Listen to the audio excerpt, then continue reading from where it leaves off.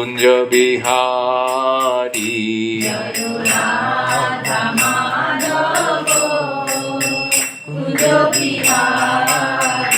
জয় রাধা মাধব কুঞ্জ বিহারী জয়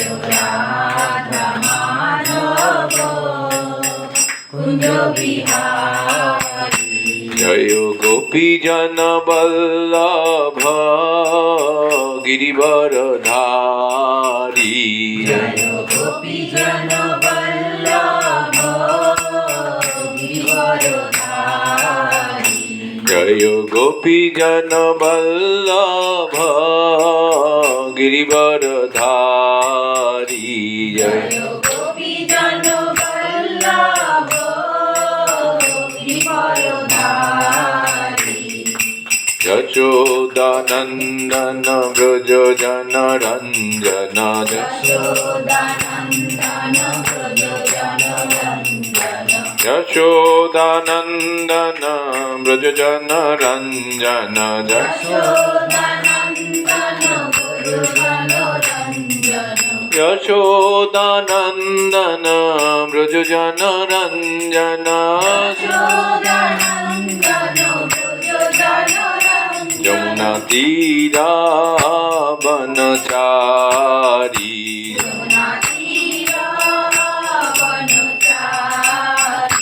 যমুনা তীরা বনচারী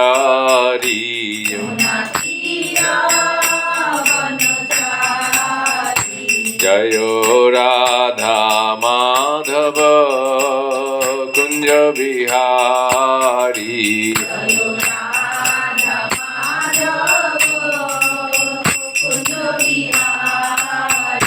জয় রাধা মাধব কুঞ্জ বিহারী জয়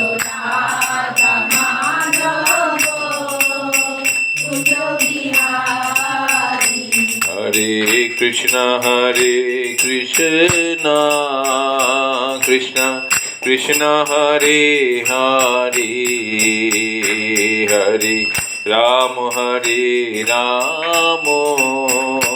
রাম রাম হরে হরে হরে Krishna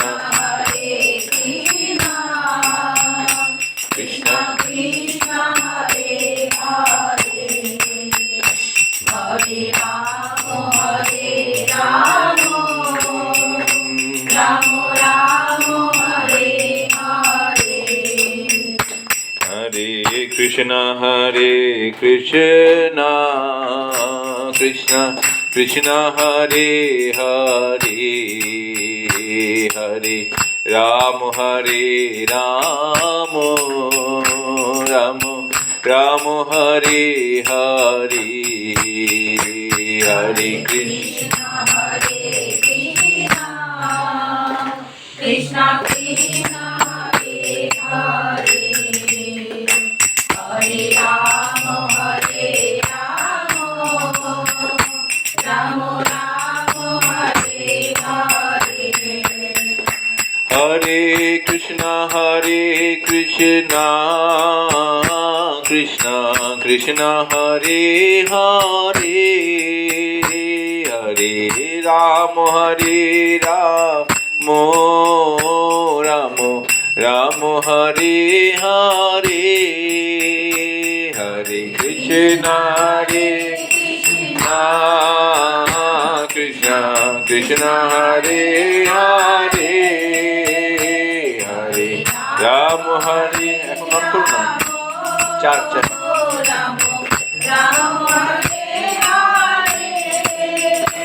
Hare Krishna, Krishna Krishna, Hare Hare, Hare Ram, Ram Ram, Hare Hare, Hare Krishna, Krishna Krishna, Hare Hare, Hare Ram, Ram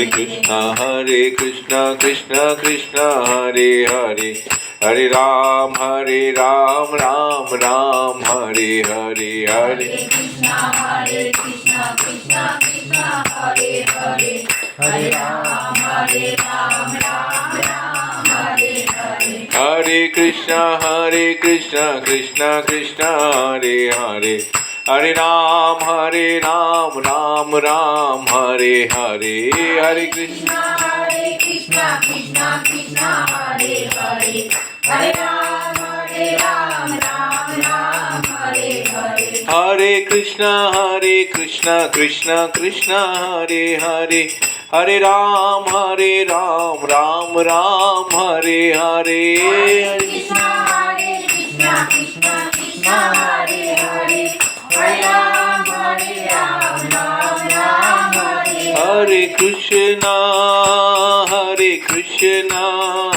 Krishna Krishna Hare Hare Hare Ram Ram Ram Hare Hare Hare Krishna Hare Krishna Krishna Krishna Hare Hare Hare Ram Ram Ram Hare Hare Jai Radha Madhav Radha Madhav Radha Madhav Shri Radhe Jai Radha Madhav Shri Radhe Jai Gaura Nitai Jai Gaura Nitai Patita Pavan Gaura Nitai Jai Gauranitai Jaya Gauranitai Gopido Bhavana Gauranitai Jaya Pancha Tattva Jaya Pancha Tattva Pancha Tattva Jaya Pancha Tattva Jaya Pancha Tattva Jaya Pancha Tattva Jaya Panchatattva Jaya Narsimha Dev Jaya Bhakta Prahlad Narsimha Dev Jaya Bhakta Prahlad Jaya Nrsimhadev Jaya Bhakta Prahlad Nrsimhadev Jaya Bhakta Prahlad Jaya Jagannatha Jaya Jagannatha Jaya Baladev Jaya Mata Subhadra Jaya Jagannatha Jaya Jagannatha Jaya Baladev Jaya Mata Subhadra Jaya Jaya Prabhupada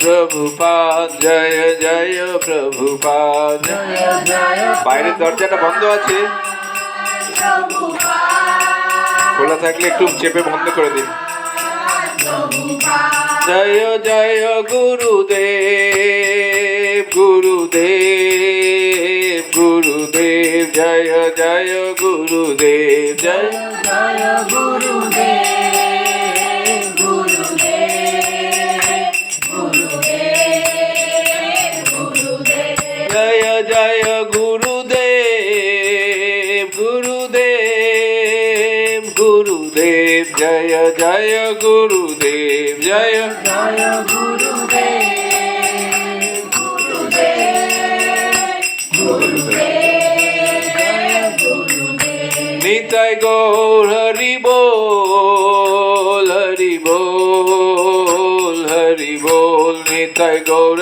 Hari বল Nitai Hari Bol Hari Bol Hari Bol Hari Bol নিত্য লীলা প্রবিষ্ট জয় বিষ্ণু পাদ পরমহংস পরিব্রাজক আচার্য অষ্ট উত্তর শত Shri Shrimati divine grace শিলা অভয় চরণ অরবিন্দ ভক্তি বেদান্ত স্বামী প্রভুপাদ কি ISKCON BBT প্রতিষ্ঠাতা আচার্য জগৎগুরু শৈল প্রভুপাদ কি নিত্য লীলা প্রবিষ্ট জয় বিষ্ণু পাদ পরমহংস পরিব্রাজক আচার্য অষ্ট উত্তর শত শ্রী শ্রীমতী ডিভাইন গ্রেস শিলা भक्ति सिद्धांत सरस्वती ठाकुर प्रभुपाद की, गुरु परंपरा आचार्य वृंदों की, नामाचार्य श्रील हरिदास ठाकुर की, अनंत कोटि वैष्णव वृंदों की, श्री रूप सनातन भट्ट रघुनाथ, श्री जीव गोपाल भट्ट दास रघुनाथ गोस्वामी आचार्य वृंदों की। प्रेम से कहो जय श्री कृष्ण चैतन्य प्रभु नित्यानंद, श्री अद्वैत गदाधर शिवासादि गौर भक्त वृंद की, श्री राधा कृष्ण गोप गोपीनाथ श्याम कुंड राधा कुंड गिरि गोवर्धन की, श्री मथुरा वृंदावन धाम की, श्री द्वारका धाम की, श्री अयोध्या धाम की, श्री क्षेत्र पुरुषोत्तम जगन्नाथपुरी धाम की, श्री नवद्वीप मायापुर धाम की, नवद्वीप मायापुर धाम की, गंगा जमुना सरस्वती माई की, भक्ति देवी तुलसी महारानी की, भुवन मंगलकारी युग धर्म हरिनाम संकीर्तन यज्ञ की, Srila Prabhupada transcendental book distribution की, श्रीमद् भगवद गीता यथायथों की, ग्रंथराज श्रीमद् भागवतम की, श्री श्री राधा माधव शोकी बिंदो की, श्री श्री गौर निताय पंचतत्व भगवान की, भक्ति विघ्न विनाशक लक्ष्मी नरसिंह देव भक्त प्रहलाद महाराज की, the most merciful Lord Shri Jagannath Baldev Subhadra महारानी की, समवेत गौर भक्त बिंदो की। निताय निताय निताय गौर प्रेमानंदे हरि हरि। ओम अज्ञानतिमिरान्धस्य ज्ञानाञ्जनशलाकया चक्षुरुन्मिलितं येन तस्मै श्रीगुरवे नमः। श्रीचैतन्य मनोभीष्टं स्थापितं येन भूतले स्वयं रूप कदा मह्यं ददाति पदान्तिकम्। वन्देऽहं श्रीगुरो श्रीयुतपदकमलं श्रीगुरुन् वैष्णवांश्च उनके चेयर दो श्रीरूपं साग्रजातं सहगण रघुनाथान्वितं तं सजीवम् साद्वैतं सावधूतं परिजनसहितं कृष्ण चैतन्य देव श्रीराधा कृष्ण पादान् सहगण ललिता श्रीविशाखान्वितांश्च। नमो विष्णुपादाय कृष्णप्रेष्ठाय भूतले श्रीमते भक्तिवेदांत स्वामी तुलनीय नामिने। नमस्ते सरस्वते देवे गौरवाणी प्रचारिणे निर्विशेष शून्यवादी पाश्चात्य देशतारिणे वंशाकल्पतरुभ्यश्च कृपा सिन्धुभ्यैव च पतितानां पावनेभ्यो वैष्णवेभ्यो नमो नमः। जय श्री कृष्ण चैतन्य प्रभु नित्यानंद श्री अद्वैत गदाधर शिवासादि गौर भक्त वृंद। हरे कृष्ण कृष्ण कृष्ण हरे हरे हरे राम राम राम हरे हरे। ओम नमो भगवते वासुदेवाय। ओम नमो भगवते वासुदेवाय। ओम नमो भगवते वासुदेवाय। नारायणं नमस्कृत्य नरं चैव नरोत्तमं देवीं सरस्वतीं व्यासं ततो जयमुदीरये। नष्टप्रायेषु अभद्रेषु नित्यं भागवत सेवया भगवती उत्तम श्लोके भक्तिर्भवति नैष्ठिकी। कृष्णाय वासुदेवाय देवकी नंदनाय च नंदगोपकुमाराय गोविन्दाय नमो नमः। नाना शास्त्र विचारनैक निपुना सद्धर्म संस्थापको लोकानां हितकारिणो त्रिभुवने भाविन त्रिभुवने मान्य शरण ना करो राधा कृष्ण पदारविंद भजन राधा कृष्ण पदारविंद भजन आनंदेन मत्तालिको आनंदेन मत्तालिको वंदे रूप सनातनो रघुजुगो देवो सनातन रघुजुगो श्रीजीव गोपालको। তো আমরা পড়ছিলাম শ্রীমদ্ ভগবদ গীতা যথাযথ গ্রন্থ থেকে অষ্টাদশ অধ্যায় মোক্ষ যোগ 54 নম্বর শ্লোক। আমরা পড়া ধরা আমাদের অলরেডি হয়ে গেছে শ্লোক, কাজী যারা পড়ে এসছেন তাদের আর ভয়ের কোনো কারণ নেই। একমাত্র আমি রীনা ভট্টাচার্য মাতাজিকে ধরে আজকের ক্লাসটা শুরু করব। বলুন মাতাজি, আপনি প্রস্তুত হয়ে এসেছেন, বোঝাই যাচ্ছেন, সেই জন্য আপনাকে না ধরা হলে মানে ক্লাসটা শুরু করা যাচ্ছে না। বলুন,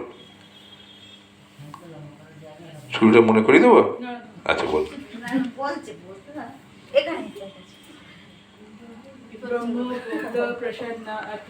ব্রহ্মভূত প্রসন্নাত্মা ন শোচতি ন কাঙ্ক্ষতি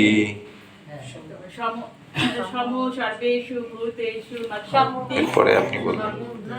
সম সর্বেষু ভূতেষু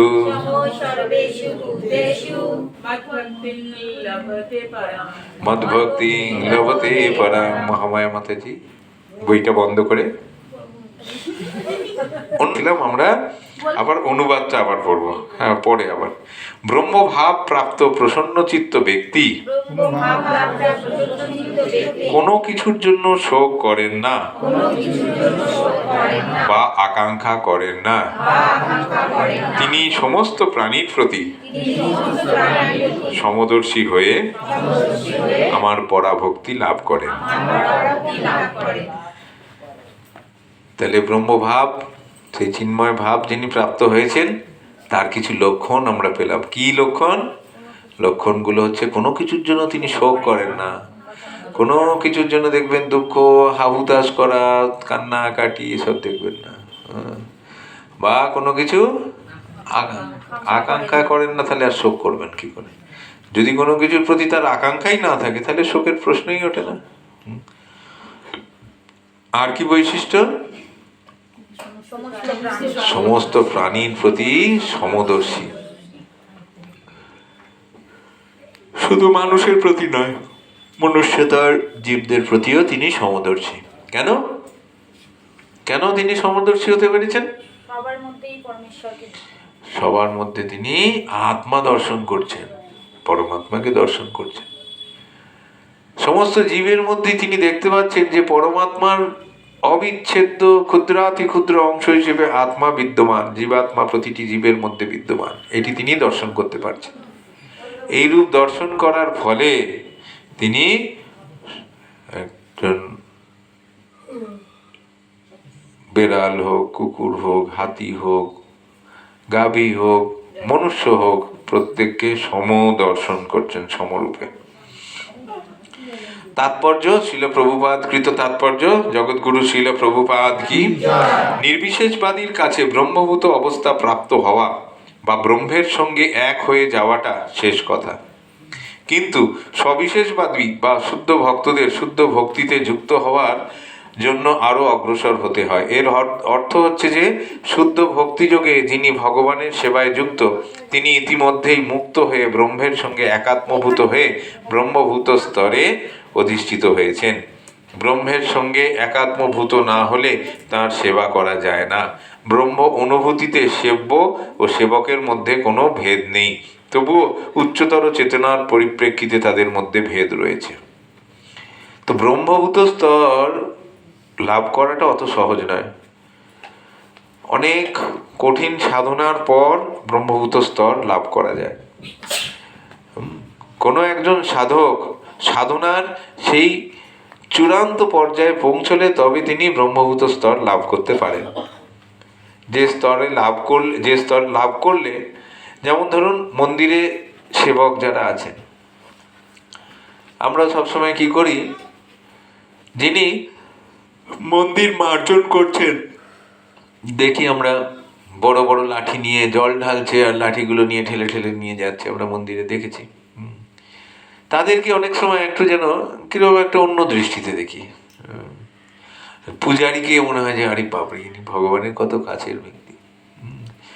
বা ভগবানের শুদ্ধ ভক্ত সন্ন্যাসী আসছেন কোনো একজন, মনে হয় যে মানে ক্রমশ আমাদের মানে শ্রদ্ধা বা সেই এটা যেন অন্যরকম হয়ে যায়, দৃষ্টিভঙ্গিটা যেন এক একজনের জন্য এক এক রকম হয়। এটা কি ব্রহ্মভূত স্তর?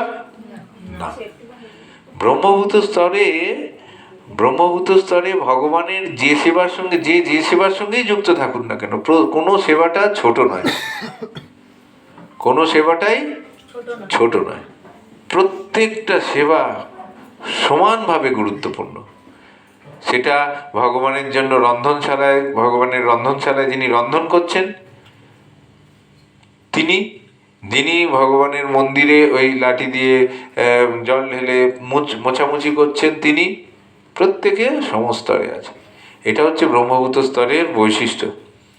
জড়জীবনের ধারণা নিয়ে কেউ যখন ইন্দ্রিয় তৃপ্তির জন্য কর্ম করেন তাতে দুর্ভোগ থাকে, কিন্তু চিৎজগতে যখন কেউ শুদ্ধ ভক্তি সহকারে ভগবানের সেবা করেন সেই সেবায় কোনো দুর্ভোগ নেই। তাহলে দুর্ভোগ কোথায় আছে? যারা আমরা ইন্দ্রিয় তৃপ্তি বাসনার জন্য কাজকর্ম করছি সদা সর্বদা, আমাদের ভাগ্যে কিন্তু দুঃখ আছে, দুর্ভোগ আছে। আর ভগবানের সেবায় শুদ্ধ ভক্তি সহকারে যখন ভগবানের সেবা কার্যে কেউ যুক্ত থাকছেন, সেই সেবায় কিন্তু কোনো দুর্ভোগ নেই।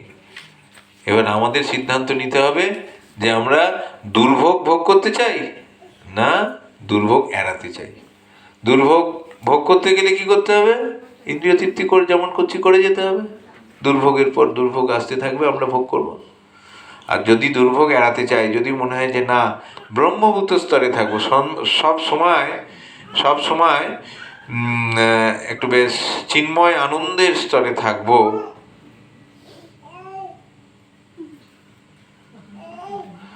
তাহলে আমাদেরকে ভগবানের সেবা কার্যে সবসময় নিয়োজিত থাকতে হবে।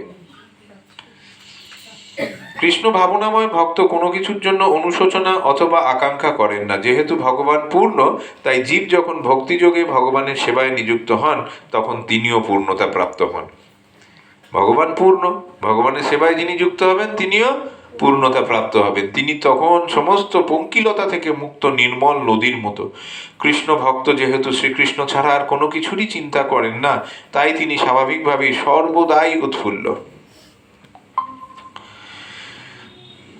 ভগবানের সেবায় সম্যকভাবে নিযুক্ত থাকার ফলে তিনি জাগতিক লাভ অথবা ক্ষতির জন্য কখনোই অনুশোচনা করেন না। জড় সুখভোগের প্রতি তার কোনো আসক্তি থাকে না, কারণ তিনি জানেন যে প্রতিটি জীবই হচ্ছে পরমেশ্বর ভগবানের অবিচ্ছেদ্য অংশবিশেষ এবং তাই তারা তাঁর নিত্যদাস। তিনি জড় জগতে কাউকেই উচ্চ অথবা নীচ বলে গণ্য করেন না। উচ্চ নীচ বোধ ক্ষণস্থায়ী এবং এই ক্ষণস্থায়ী অনিত্য জগতের সঙ্গে ভক্তের কোনো সম্পর্ক থাকে না। তার কাছে পাথর আর সোনার একই দাম। এটি হচ্ছে ব্রহ্মভূত স্তর এবং শুদ্ধ ভক্ত অনায়াসে এই স্তরে উন্নীত হতে পারেন। যিনি শুদ্ধ ভক্ত তার কাছে একজন মানে ধরুন সেই প্রতিষ্ঠানের গুরুদেব, একজন সন্ন্যাসী, একজন মহান আচার্য, তাকেও যেরকম শ্রদ্ধা সহকারে তিনি একদম নতমস্তকে দণ্ডবত প্রণাম করেন, তেমনি একজন ঝাড়ু পোছা করছেন মন্দিরের বা মন্দিরের বাইরের, মানে মন্দির ক্যাম্পাসের বাইরে ঝাড় দেওয়া এইসব কাজে যারা সেবায় যুক্ত আছেন তাদেরকেও তিনি সমানভাবে নতমস্তকে দণ্ডবত প্রণাম করেন। এটা হচ্ছে ব্রহ্মভূত স্তরের তিনি কাউকে মানে খুব মেজাজ সহকারে কথা বলছেন না, কারোর কাছে একদম গলে যাচ্ছেন একদম বিনয়ের হয়ে, এরকম পার্থক্য তার, এরকম তারতম্য তার ব্যবহারে আচার আচরণে লক্ষ্য করা যায় না। এটাই হচ্ছে ব্রহ্মভূত স্তর। শুদ্ধ ভক্ত যিনি শুদ্ধ ভক্তির স্তর প্রাপ্ত হয়েছেন তিনি অনায়াসে এই ব্রহ্মভূত স্তর লাভ করতে পারেন, উন্নীত হতে পারেন। ভগবত ভক্তির এই পরম পবিত্র স্তরে পৌঁছলে পরব্রহ্মের সঙ্গে এক হয়ে যাওয়া বা ব্যক্তিগত স্বাতন্ত্র্য নাশ করার ধারণা অত্যন্ত ঘৃণ্য বলে মনে হয় এবং স্বর্গ লাভের আকাঙ্ক্ষাকে আকাশ কুসুম বলে মনে হয়। তখন ইন্দ্রিয়গুলিকে বীজ দাঁত ভাঙা সাপের মতোই প্রতিভাত হয়। বীজ দাঁত ভাঙা সাপের কাছ থেকে যেমন কোনো রকম ভয় থাকে না, তেমনি ইন্দ্রিয়গুলি থেকে আর কোনো ভয়ের আশঙ্কা থাকে না। যখন তারা আপনা থেকেই সংযত হয়। জড়জগতের বন্ধনে আবদ্ধ হয়ে যারা ভবরোগে ভুগছে তাদের পক্ষে এই জগৎ দুঃখময়, কিন্তু ভগবত ভক্তের কাছে সমগ্র জগৎটি বৈকুণ্ঠ বা চিৎ জগতের মতো। এই জগতের শ্রেষ্ঠ মানুষও ভক্তের কাছে একটি পিপীলিকার থেকে গুরুত্বপূর্ণ নয়। এই জগতের শ্রেষ্ঠ মানুষও ভক্তের কাছে একটি পিপীলিকার থেকে গুরুত্বপূর্ণ নয়। শ্রী চৈতন্য মহাপ্রভু, যিনি এই যুগে শুদ্ধ ভক্তি প্রচার করেছেন, তার কৃপায় ভগবত ভক্তির এই পরম নির্মল স্তরে অধিষ্ঠিত হওয়া যায়। তাহলে যখন আমরা শুদ্ধ ভক্তির স্তর লাভ করব, যখন আমরা ব্রহ্মভূত স্তর প্রাপ্ত হব, তখন কি হবে? তখন আমাদের ইন্দ্রিয়গুলো আর আমাদের জ্বালাতন করবে না। তখন ইন্দ্রিয়গুলো আমাদেরকে জড় বিষয়ের প্রতি আকৃষ্ট করার চেষ্টা করবে না। ইন্দ্রিয়গুলোই তো আমাদেরকে খোঁচায়, তাই না? ভালো সিনেমা এসছে, চল দেখতে যাই। হ্যাঁ, ভালো নাটক চলছে, চলো দেখতে যাই। দরজাটা বাইরের বন্ধ করবেন চেপে একদম। হ্যাঁ, একদম। হ্যাঁ, বা ওখানে একটু বেশ ভালো একটা কোনো গানের অনুষ্ঠান হচ্ছে, চলো দেখতে যাই। বা ওখানে একজন কোনো রাজনৈতিক ব্যক্তিত্ব এসছেন, দিদি নাম্বার 1 খ্যাত একজন রাজনৈতিক ব্যক্তিত্ব এসছেন, চলো দেখতে যাই। হ্যাঁ, এসছেন আমাদের মাননীয় সাংসদ, তাই না? তিনি যদি রচনা ব্যানার্জি, আরে বাপরে, টিভিতে রোজ দেখছি বিকেলবেলা 5:30টার সময়, চলো এবার একদম সামনাসামনি দেখতে যাই। তো এই যে ইন্দ্রিয়ের যে তাড়না, ইন্দ্রিয়ের যে এইভাবে আমাদেরকে প্রলোভিত করা, হ্যাঁ, এই প্রলোভনটা তখন আর কাজ করে না যখন কোনো মানুষ শুদ্ধ ভক্তির স্তর প্রাপ্ত হন। শুদ্ধ ভক্তির স্তর প্রাপ্ত হওয়ার মানে হচ্ছে যখন ভগবানের সেবা ব্যতীত আর কোনো বিষয় তাকে আকর্ষণ করে না, সেটা হচ্ছে শুদ্ধ ভক্তির স্তর। ভগবানের সেবাই একমাত্র তার কাম্য, একমাত্র তার লক্ষ্য এবং একমাত্র তার ভালোবাসার জিনিস। আর অন্য কোনো কিছুর প্রতি যখন তার আর কোনো প্রলোভন থাকে না, আকর্ষণ থাকে না, তখন তিনি শুদ্ধ ভক্তির স্তর লাভ করেন। তখন যতই তাকে প্রলোভন দেখান, তিনি কোনো কিছুতে সাড়া দেন না। তো সেই ইন্দ্রিয়গুলো তখন কি হয়? তখন অন্য বিষয়, জড় বিষয়গুলোর ব্যাপারে কি হয়? ঘুমিয়ে পড়ে। বা এখানে উদাহরণ দেওয়া হয়েছে সাপের বীজ দাঁতগুলো ভেঙে দেওয়া হয়েছে। বীজ দাঁতগুলো ভেঙে দিলে কি হয়? সেই সাপের থেকে আর কোনো ভয়ের ব্যাপার থাকে না। সে যদি কামড়ে, তার দাঁত বসিয়েও, বীজ দাঁতগুলো ভেঙে দেওয়া হয়েছে, তো সে যদি ছোবলও দেয়, তাহলে তার থেকে আর বিষ হওয়ার আশঙ্কা নেই। ঠিক ইন্দ্রিয়গুলো যখন শুদ্ধ ভক্তের ইন্দ্রিয়গুলো ওই রকম বীজ দাঁত ভাঙা সাপের মতো, ইন্দ্রিয়গুলো তখন আর তাকে জ্বালাতন করে না, খোঁচায় না, চলো এখানে যা, বাজে জিনিসের প্রতি আকর্ষণ করার কারণ তার ইন্দ্রিয় একদম স্থির হয়ে গেছে ভগবানের শ্রীচরণে, আর অন্য কোনো বিষয়ের প্রতি তার আকর্ষণ নেই। শ্লোক নম্বর 55 মুখস্থ করার। পরের দিন ঠিক 3:15 মুখস্থ ধরা হবে, আজকের মতো 3:20 ধরা হয়েছে। ঠিক আছে, ঠিক আছে। হরে কৃষ্ণ। শ্লোকগুলো দেখে মুখস্থ করে নেবে। হ্যাঁ, ভক্ত্যা মাম বিজানাতি ইয়াবাঞ্জশ্চাস্মি তত্ত্বতঃ ততো মাং তত্ত্বতো জ্ঞাত্বা বিশতে তদ অনন্তরম। ভক্ত্যা মাম বিজানাতি ইয়াবাঞ্জশ্চাস্মি তত্ত্বতঃ ততো মাং তত্ত্বতো জ্ঞাত্বা বিশতে তদ অনন্তরম। ভক্ত্যা মাম বিজানাতি ইয়াবাঞ্জশ্চাস্মি তত্ত্বতঃ ততো মাং তত্ত্বতো জ্ঞাত্বা বিশতে তদনন্তরম। কল্পনা মাতাজি। ভক্তি দ্বারা কেবল স্বরূপত আমি যে রকম হই সর্বত আমি যে রকম হই সেরূপে আমাকে সেরূপে আমাকে কেউ তত্ত্বত জানতে পারে। কেউ আমাকে জানতে পারে। এই প্রকার ভক্তির দ্বারা এই প্রকার ভক্তি দ্বারা আমাকে তত্ত্বত জেনে আমাকে তত্ত্বত জেনে তারপরে তারপরে তিনি আমার ধামে প্রবেশ করতে পারেন। তিনি আমার ধামে প্রবেশ করতে পারেন। তত্ত্বত জানাটা কিরকম জিনিস? তত্ত্বত জানা সম্পর্কে আমরা প্রথম দিকের একটি শ্লোকে বলেছিলাম না, জন্ম কর্ম চ মে দিব্যম, ওই শ্লোকে বোধহয়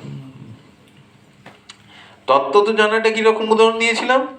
উদাহরণ কি দিয়েছিলাম? আমার সঙ্গে কারুর ফেসবুক ফ্রেন্ড হলো, মানে কেউ আমার ফেসবুকে বন্ধুত্ব হলো কারোর সঙ্গে, তাহলে সেই ফেসবুক বন্ধুত্বের প্রত্যেকে এদিকে শিশু ভালো, যারা ওই ঘরে বসে আছেন ক্রন্দনরত শিশুর দিকে মনোযোগ না দিয়ে ভগবানের কথা হচ্ছে এখানে, এদিকে একটু মনোযোগ দেওয়ার চেষ্টা করুন। আর রাখি মাতাজি আপনাকে অনুরোধ করা হচ্ছে আপনি একটু প্রত্যেকের ব্যাপারে বিবেচনা করবেন, ঠিক আছে? সেই মতো আপনি আপনার স্থান নির্ধারণ করবেন এবং প্রত্যেকে যাতে মনোযোগ সহকারে ক্লাসে শ্রবণ করতে পারে তাদেরকে সাহায্য করবেন। ভগবানের কথা যখন হয় অন্য কোনো দিকে মন দেওয়া উচিত নয়। এই একটু আগে শুদ্ধ ভক্তির লক্ষণগুলো আমরা বললাম। ব্রহ্মভূত স্তরে প্রাপ্ত হতে গেলে অন্য কোনো বিষয়ে আমাদের মনোযোগ মানে দেওয়া উচিত নয়, যাওয়া উচিত নয়। আমাদের মন সবসময় ভগবানের কথা যখন হচ্ছে, যেখানে কথা হচ্ছে সেখানে তো অন্যদিকে যাওয়ার প্রশ্নই ওঠে না। তো প্রত্যেকে একটু মন দিয়ে শোনার চেষ্টা করুন। তত্ত্ব তো জানাটা, দেখুন ফেসবুক বন্ধুর কথা আমরা বললাম, ফেসবুকে বন্ধুর সম্বন্ধে আমরা কি তথ্য পাই? কটা তথ্য পাই? অল্প কিছু, দু একটা তথ্য পাই। আর সেই তথ্যগুলো নিয়ে বন্ধুত্ব গড়ে ওঠে। সেই বন্ধুত্ব অনেক গভীর হয়ে যায়, গভীর হয়ে দেখা যায় যে জীবন সঙ্গী বা সঙ্গিনী হিসেবেও মানুষ নির্বাচন করে ফেলে। তার ফলস্বরূপ দেখা যায় যতদিন সেই বন্ধুত্বটা তৈরি হতে সময় লাগলো ফেসবুকে, তার থেকেও কম সময়ে বিচ্ছেদ। তার মানে কেন এই বিচ্ছেদ? কারণ একে অপরকে খুব পুরোপুরি তো দূরের কথা, মানে খুব সামান্য কিছু মানে তাদের জানতে পেরেছে একে অপরের। আর ওই সব ফেসবুক হোয়াটসঅ্যাপে কি হয়, নিজের ভালো জিনিসগুলোকে বেশি বেশি করে মানুষ প্রকাশ করার চেষ্টা করে, তুলে ধরার চেষ্টা করে। তার ফলে সবাই সবাইকে ভাবে ও বাবা কি ভালো। তারপরে ধরুন এটা তো গেল ফেসবুক বন্ধুত্বের কথা। তারপরে ধরুন স্কুল কলেজের বন্ধুত্ব।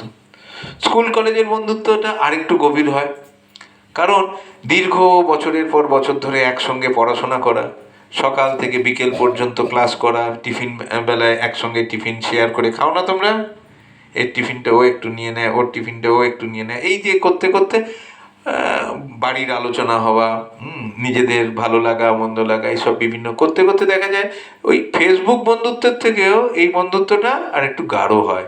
অনেক তথ্য আদান প্রদান হয়, একে অপরের অনেক কিছু জানে, ঠিক আছে? তো এটাও কিন্তু ওই তত্ত্ব তো জানা ঠিক হচ্ছে না, কারণ তারপরে তো বাড়ি চলে যাচ্ছে, বাড়ি চলে গিয়ে কে কি করছে না করছে অতটা হয় না। কিন্তু ফেসবুক বন্ধুত্বের থেকে এই বন্ধুত্বটা অনেক গাঢ় হয়। কিন্তু এক ব্যক্তি স্ত্রী সেই ব্যক্তিকে যতটা জানতে পারে, ফেসবুক বন্ধুর পক্ষে সম্ভব ততটা জানা? স্কুলের বন্ধু, কলেজের বন্ধু বা পাড়ার বন্ধু তাদের পক্ষে জানা সম্ভব ততটা জানা সম্ভব না।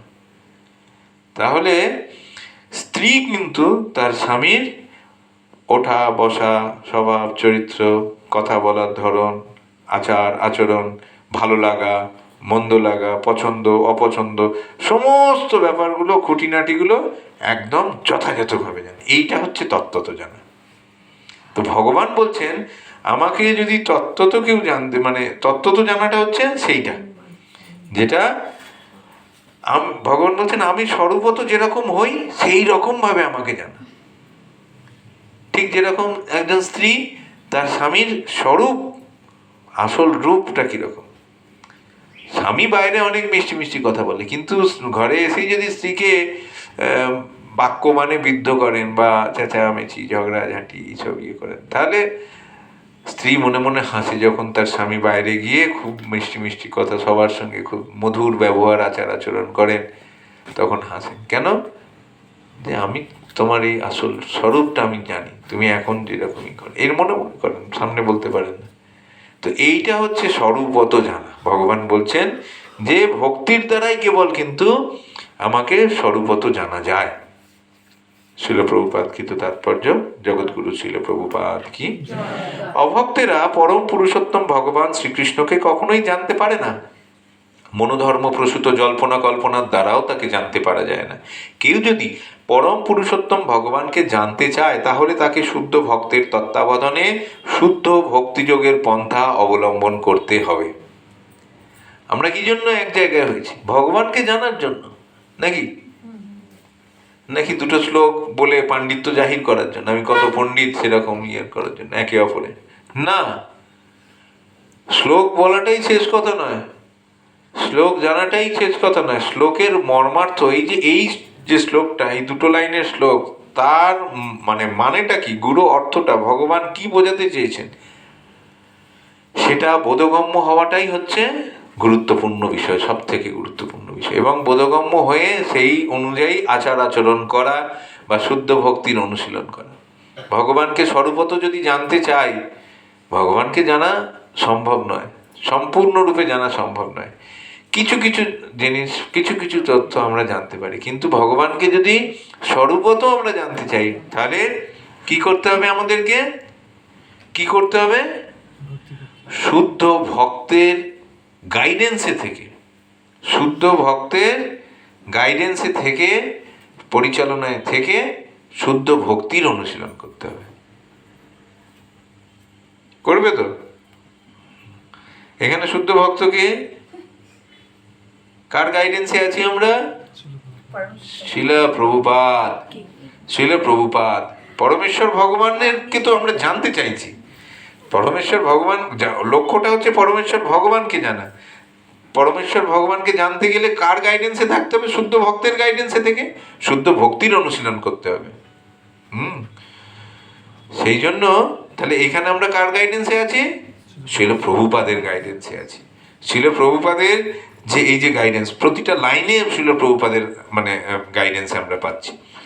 প্রতিটা লাইনের মাধ্যমে এইগুলো যদি আমরা মেনে চলি, তাহলে কি হবে?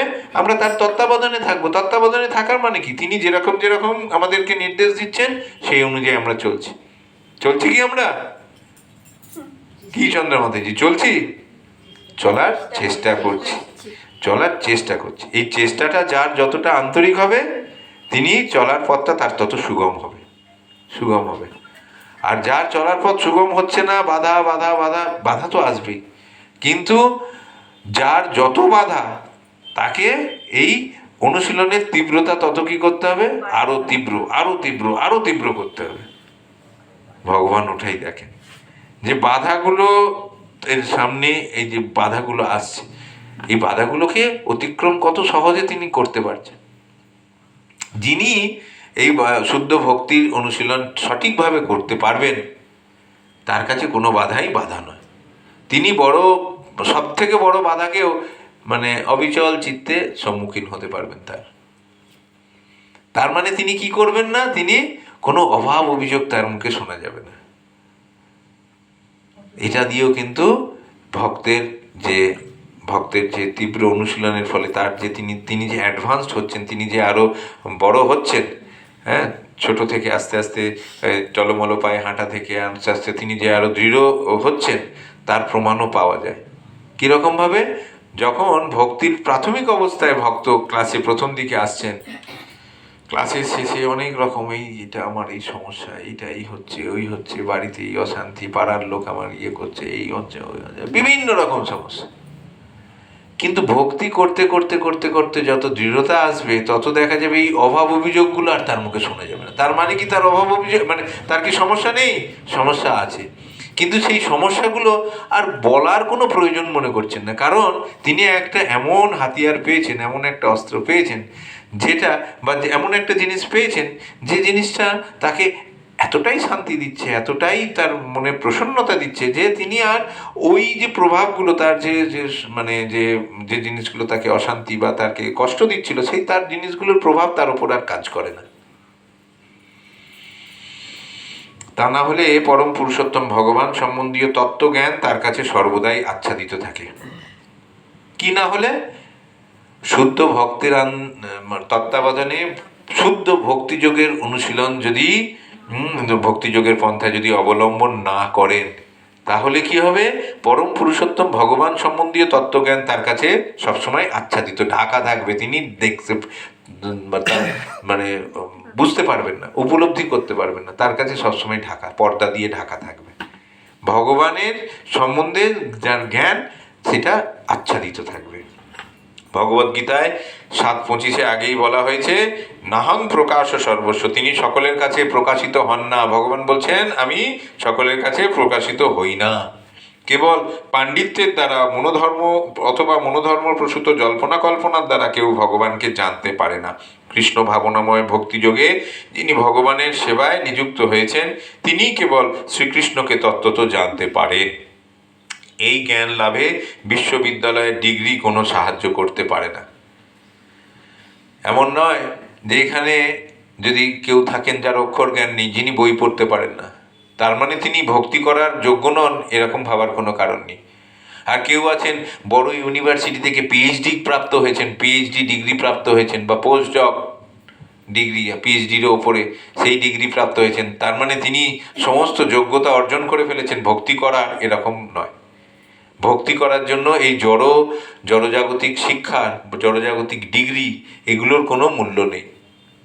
জড়জাগতিক ডিগ্রি থাকলে তার পড়াশোনা করে ভগবানকে মানে ভগবান সম্বন্ধীয় জ্ঞান আহরণ করতে কিছুটা সুবিধা হয়।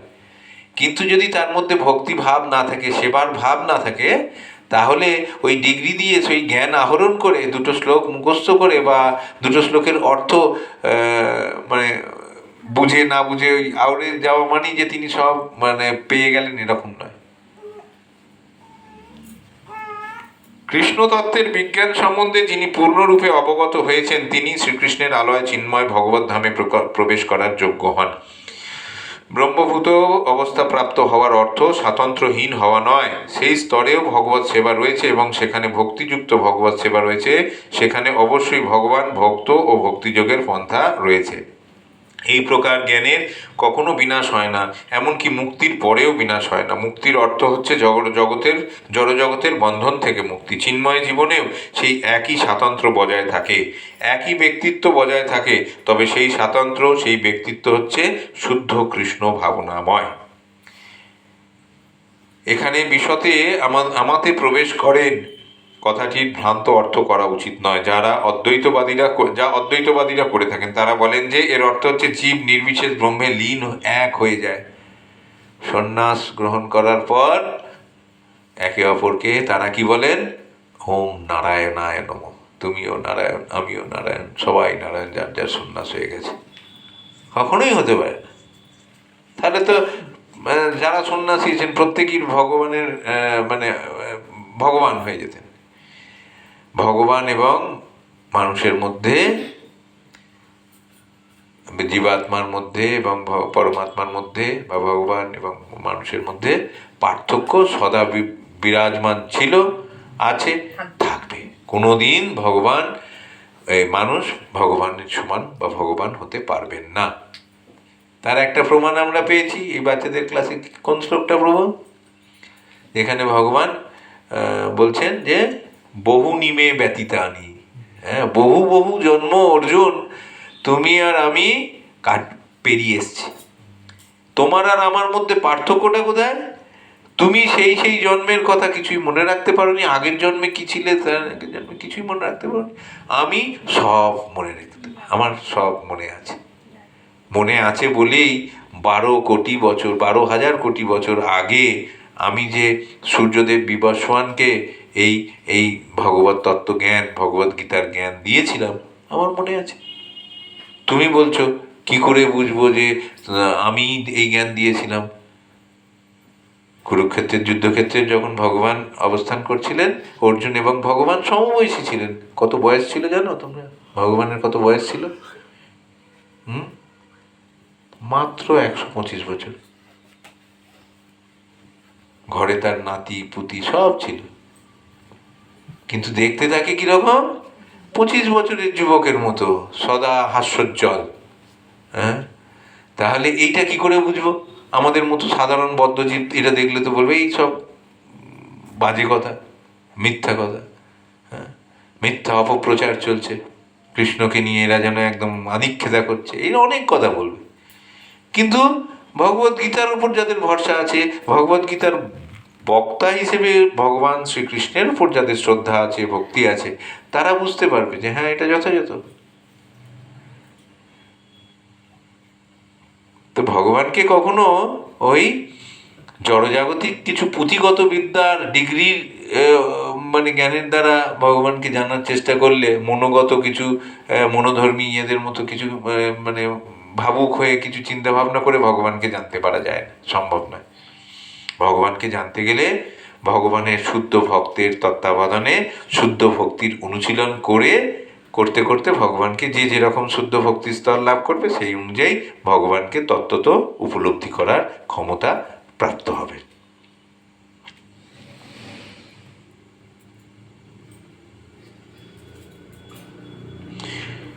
চিন্ময় জীবনেও সেই একই সাদাচারিতা হয়ে গেছে আমাদের প্রবেশ করেনি। বিশতে কথাটির অর্থ হচ্ছে যে জীব তার ব্যক্তিগত স্বাতন্ত্র্য নিয়ে পরমেশ্বর ভগবানের ধামে প্রবেশ করে এবং ভগবানের সঙ্গ লাভ করে তার সেবা করতে পারে। যেমন একটি সবুজ পাখি একটি সবুজ গাছে প্রবেশ করে সেই গাছটির সঙ্গে এক হয়ে যাওয়ার মানে প্রবেশ করে সেই গাছটির সঙ্গে এক হয়ে যাওয়ার জন্য নয়, সেই গাছটির ফল উপভোগ করার জন্য। টিয়া পাখি গাছের পাতা সব সবুজ, পুরো গাছটা সবুজ, তা সেই গাছের প্রবেশ করছে, কোনো ডালে বসে প্রবেশ করছে কি সেই গাছটার মতো এক হয়ে যাওয়ার জন্য? না, সেই গাছের ফলটা খাওয়ার জন্য। ঠিক আছে? তো আমরাও যদি ভাবি যে ভগবানের এই সম্বন্ধে জেনে আমরা ভগবান হয়ে যাব, তাহলে সেটা ভুল ভাবনা, মূর্খতার পরিচয় আমাদের। নির্বিশেষবাদীরা সাধারণত সমুদ্রে নদীর মিশে যাওয়ার দৃষ্টান্ত দিয়ে থাকেন। সেটি নির্বিশেষবাদীদের আনন্দের উৎস হতে পারে, কিন্তু সবিশেষবাদীরা সমুদ্রস্থিত জলচর প্রাণীর মতো তাদের স্বাতন্ত্র্য বজায় রাখেন। সমুদ্রের গভীরে গেলে দেখা যায় সেখানে কত অসংখ্য প্রাণী রয়েছে। কেবল সমুদ্রের উপরটি দেখে সমুদ্র সম্বন্ধে জানা যায় না। সমুদ্রের গভীরে যে সমস্ত প্রাণী রয়েছে তাদের সম্বন্ধে পূর্ণ জ্ঞান লাভ করতে হয়। শুদ্ধ ভগবত সেবার প্রভাবে ভক্ত তত্ত্বগতভাবে ভগবানের অপ্রাকৃত গুণ ও ঐশ্বর্য সম্বন্ধে অবগত হতে পারেন। 11 অধ্যায়ে বর্ণনা করা হয়েছে কেবলমাত্র ভগবত সেবার মাধ্যমেই ভগবানকে জানা যায়। এখানেও সেই কথা সত্য বলে প্রতিপন্ন করা হয়েছে। ভক্তির মাধ্যমেই কেবল পরম পুরুষোত্তম ভগবানকে জানা যায় এবং তার ধামে প্রবেশ করা যায়। আর কোনো অন্য উপায় নেই, শর্টকাট কিছু নেই। বেলা পর্যন্ত ঘুমোবো, জব করবো না, আরতি করবো না, ভগবানকে জানবো, অন্য কিছু একটা ফর্মুলায় ফেলে দিয়ে জেনে গেলাম a+b² = a²+2ab+b², এরকম ফর্মুলায় ফেলে ভগবানকে জানা যাবে না। বোঝা গেল? হ্যাঁ, তো ভগবানকে জানতে গেলে ভগবানের ভক্তি করতে হবে, ভোরবেলা উঠতে হবে। হ্যাঁ, ভগবান 1:30টায় উঠে পড়ে না শুতে যায়? ও, 1:30টায় উঠে পড়ে না? অত কেন সকালে? একটু দেরি করে উঠবে, 4:30 5টা 4:30। বাচ্চা তো অত একটু দেরি করে উঠবে। তাহলে এইভাবে ভগবানকে জানতে পারা যায়। শুদ্ধ ভগবত সেবার প্রভাবে এটা সম্ভব হয়। আচ্ছা, এটা আমরা পড়লাম। হ্যাঁ, শুদ্ধ ভগবত সেবার প্রভাবে ভক্ত তত্ত্বগতভাবে ভগবানের অপ্রাকৃত গুণ ঐশ্বর্য সম্বন্ধে অবগত হতে পারেন। 11 অধ্যায়ে বর্ণনা করা হয়েছে কেবল ভগবত সেবার মাধ্যমেই ভগবানকে জানা যায়। এখানেও সেই কথা সত্য বলে প্রতিপন্ন করা হয়েছে। ভক্তির মাধ্যমেই কেবল পরম পুরুষোত্তম ভগবানকে জানা যায় এবং তার ধামে প্রবেশ করা যায়। জড়জগতের বন্ধন থেকে মুক্ত হয়ে ব্রহ্মভূত স্তরে অধিষ্ঠিত হলে ভগবানের কথা শোনার মাধ্যমে ভক্তিযোগ শুরু হয়। কেউ যখন ভগবানের কথা শ্রবণ করেন তখন আপনা থেকেই ব্রহ্মভূত অবস্থার বিকাশ হয় এবং জড় কলুষ ইন্দ্রিয় সুখ ভোগের জন্য কাম ও লোভ বিদূরিত হয়। ভক্তের হৃদয় থেকে কাম ও বাসনা যতই বিদূরিত হয় ততই তিনি ভক্তিযুক্ত ভগবত সেবার প্রতি আসক্ত হন এবং সেই আসক্তির ফলে তিনি তখন জড়জগতের কলুষ থেকে মুক্ত হন। জীবনের সেই অবস্থায় তিনি পরমেশ্বর ভগবানকে উপলব্ধি করতে পারেন। ভাগবতেও সেই কথা বলা হয়েছে, মুক্তির পরেও ভক্তির অনুশীলন বা দিব্য ভগবত সেবা বর্তমান থাকে। সেই সম্বন্ধে বেদান্ত সূত্রে বেদান্ত সূত্রে বলা হয়েছে প্রায়ণাৎ তত্রাপি হি দৃষ্টম, অর্থাৎ মুক্তির পরেও ভক্তিযুক্ত ভগবত সেবা বর্তমান থাকে। শ্রীমদ্ ভাগবতে ভক্তিযুক্ত যথার্থ মুক্তির বর্ণনা করে বলা হয়েছে যে জীবের যথার্থ স্বরূপে অবস্থিত হওয়ার নামই হচ্ছে মুক্তি। মুক্তির হিত্বন্যথা স্বরূপেণ অবস্থিতি। হ্যাঁ, তো নিজের স্বরূপে অবস্থিত হওয়ার নামই হচ্ছে মুক্তি। মুক্তি মানে জড় জগতের তিনটি যে গুণে আষ্টে পৃষ্ঠে বাঁধা থাকার নাম তো মুক্তি নয়, সেটা তো বন্ধন দশা। আর মুক্তি হচ্ছে সেই তিনটে মানে জড় গুণকে অতিক্রম করে স্বরূপে অবস্থিতি, স্বরূপে অবস্থান করা। আর জীবের স্বরূপ কি হয়? জীবের স্বরূপ হয় কৃষ্ণের নিত্য দাস। এই স্বরূপে যখন উপস্থিত থাকতে পারবো, অন্য আমাদের সমস্ত পরিচয় যখন আমাদের কাছে তুচ্ছ হয়ে যাবে। এই শারীরিক পরিচয়ে কেউ বড় বড় মানে পরিচয় আছে আমাদের ইয়েতে, কিন্তু এগুলো সব এই শরীর যতক্ষণ আছে ততক্ষণ এর গুরুত্ব। এই শরীর যখনই আমরা ত্যাগ করব তখনই এই শারীরিক পরিচয়ের যে বড় বড় ব্যাপারগুলো সেগুলো গুরুত্বহীন হয়ে যায়। তখন একটাই মানে আমাদের একটাই পরিচিতি, যেটা চিরস্থায়ী থাকে, যেটা চির সনাতন চিরস্থায়ী, সেটা হচ্ছে কৃষ্ণের নিত্য দাস। আমরা পূর্ব শরীরেও ছিলাম, এই শরীরেও আছি, আগামী শরীরেও থাকবো।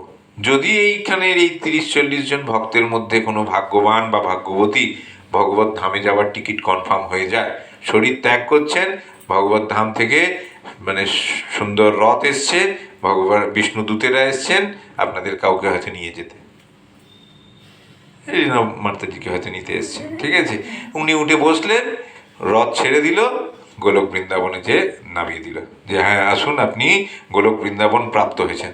তার মানে কি তার সেবা বন্ধ হয়ে গেল নাকি? এই নতুন করে আবার সেবা শুরু হলো। তিনি যখন ওই শরীর ছাড়লেন, ছেড়ে যখন তিনি দিব্য শরীরে প্রবেশ করার অনুমতি পেলেন, দিয়ে দিব্যধাম ভগবানের দিব্যধামে যাওয়ার অনুমতি ছাড়পত্র তার পেলেন, সেখানেই তৈরি হয়ে গেল, সেখানেই ভগবান তাকে করে দিলেন কোন রসে তিনি ভগবত ধামে গিয়ে ভগবানের সেবা করবেন। এখানে তো আলেখ্য সেবা করেছেন, কেউ বিগ্রহ সেবা করেছেন, হয়েছে। ওখানে গিয়ে আর আলেখ্য না বিগ্রহ না, একদম স্বয়ং ভগবান তার সেবা করার সুযোগ। তখন এইখানেই ঠিক হয়ে যাবে যে তিনি কোন রসে ভগবানের দাস্য রসে করবেন, না সখ্য রসে বন্ধু হিসেবে করবেন। গোপ সখ্য রসে, অর্জুন সখ্য রসে, বন্ধুর মতো ভগবানের সেবা করেছেন, বন্ধুর মতো ভগবানের সঙ্গে মেশার সুযোগ পেয়েছেন। সেটা তারা স্বীকৃতি অর্জন করেছেন তাদের সেবার মাধ্যমে।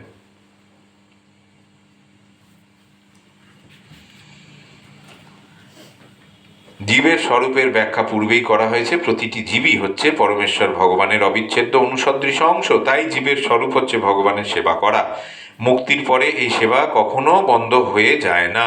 যথার্থ মুক্তি হচ্ছে জীবনের ভ্রান্ত ধারণা থেকে মুক্ত হওয়া। সর্বকর্মাণ্যপি সদা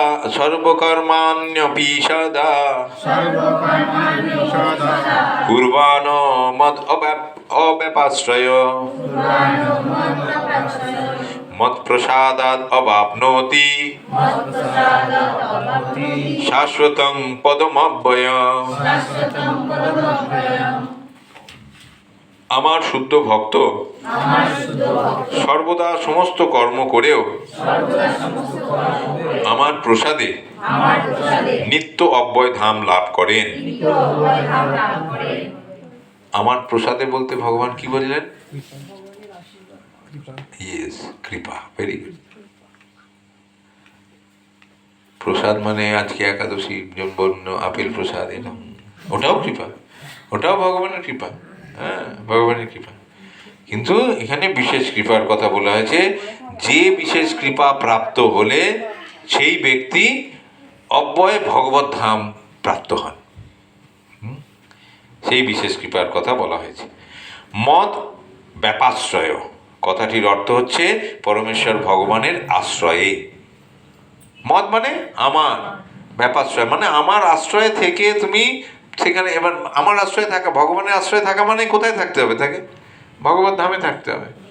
আমরাও এখানে আছি, ভগবানের আশ্রয়েই আছি, কিন্তু মানসিকভাবে মানুষে মানুষে আমরা সেবা করছি, আলেখ্য সেবা, ইয়ের সেবা করছি, কিন্তু মনে মনে দেখছি হ্যাঁ ভগবান আছেন, ভগবানের আশ্রয়ে আমরা আছি। ভগবানের শুদ্ধ ভক্তের আশ্রয়ের মাধ্যমে আমরা ভগবানের আশ্রয়ের একটা অনুভূতি আমাদের মধ্যে জন্মায়। সেই জন্য ভগবানের শুদ্ধ ভক্তের আশ্রয়ে আসাটা, তার শেল্টারে আসাটা খুব জরুরি। ভগবানের শুদ্ধ ভক্তের আশ্রয়। দীক্ষা মানে, দীক্ষার গুরুত্বই বারবার বলেছি, আবার বলছি, তার কারণ হচ্ছে অনেকে কোন ছোটবেলায় দীক্ষা টিক্ষা হয়ে গেছে মানে ভাবছে আমার হয়ে গেছে, এই জীবনের আসল কাজটা সারা হয়ে গেছে। কখনোই নয়। তোমার নাম কি মাদাজি? অর্পিতা। কোন ক্লাসে পড়ো? 8। মানে 14 বছর, 13-14 বছর বয়স।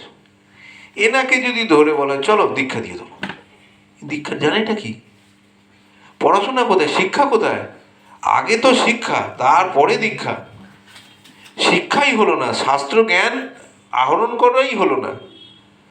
শাস্ত্র জ্ঞান কার কাছে আহরণ করতে হয়, কার কাছ থেকে পাবো? একজন শুদ্ধ ভক্তের তত্ত্বাবধানে থেকে তিনি দেবেন শাস্ত্র জ্ঞান। বললো চলো অমুক জায়গায় কোনো একজন এসছেন, একদম হোলসেল রেটে দীক্ষা দিচ্ছেন, চলো ওখানে যাই। সব খেয়ে গিয়ে বললো হ্যাঁ দীক্ষা নিতে হবে। ফিরে এসেই বললো আমার দীক্ষা হয়ে গেছে, ব্যাস উদ্ধার হয়ে গেছি আমি। না, শাস্ত্র বলছেন যেই কৃষ্ণ তত্ত্ববেত্তা সেই গুরু হয়। একজন কৃষ্ণের শুদ্ধ ভক্তই হচ্ছেন কৃষ্ণ তত্ত্ববেত্তা পুরুষ। সেই শুদ্ধ ভক্ত কৃষ্ণকে কিভাবে জানেন? তত্ত্বত জানেন। তত্ত্বত জানা, তত্ত্বত জানা কথাটার উদাহরণ আমরা বুঝলাম। ফেসবুক বন্ধু, স্কুলের বন্ধু, আর ঘরে স্ত্রী। কে সব থেকে ভালো জানে সেই ব্যক্তিকে? স্ত্রী জানে, অন্য কেউ জানতে পারে না। ভগবানকে কে তত্ত্বত জানতে পারেন? সেই ব্যক্তি জানতে পারেন যিনি একজন শুদ্ধ ভক্তের তত্ত্বাবধানে থেকে শুদ্ধ ভক্তির অনুশীলন করে সিদ্ধিপ্রাপ্ত হয়েছেন, না হলে নয়। তো ভগবানকে তত্ত্বত জানাটা অত সহজ বিষয় নয়।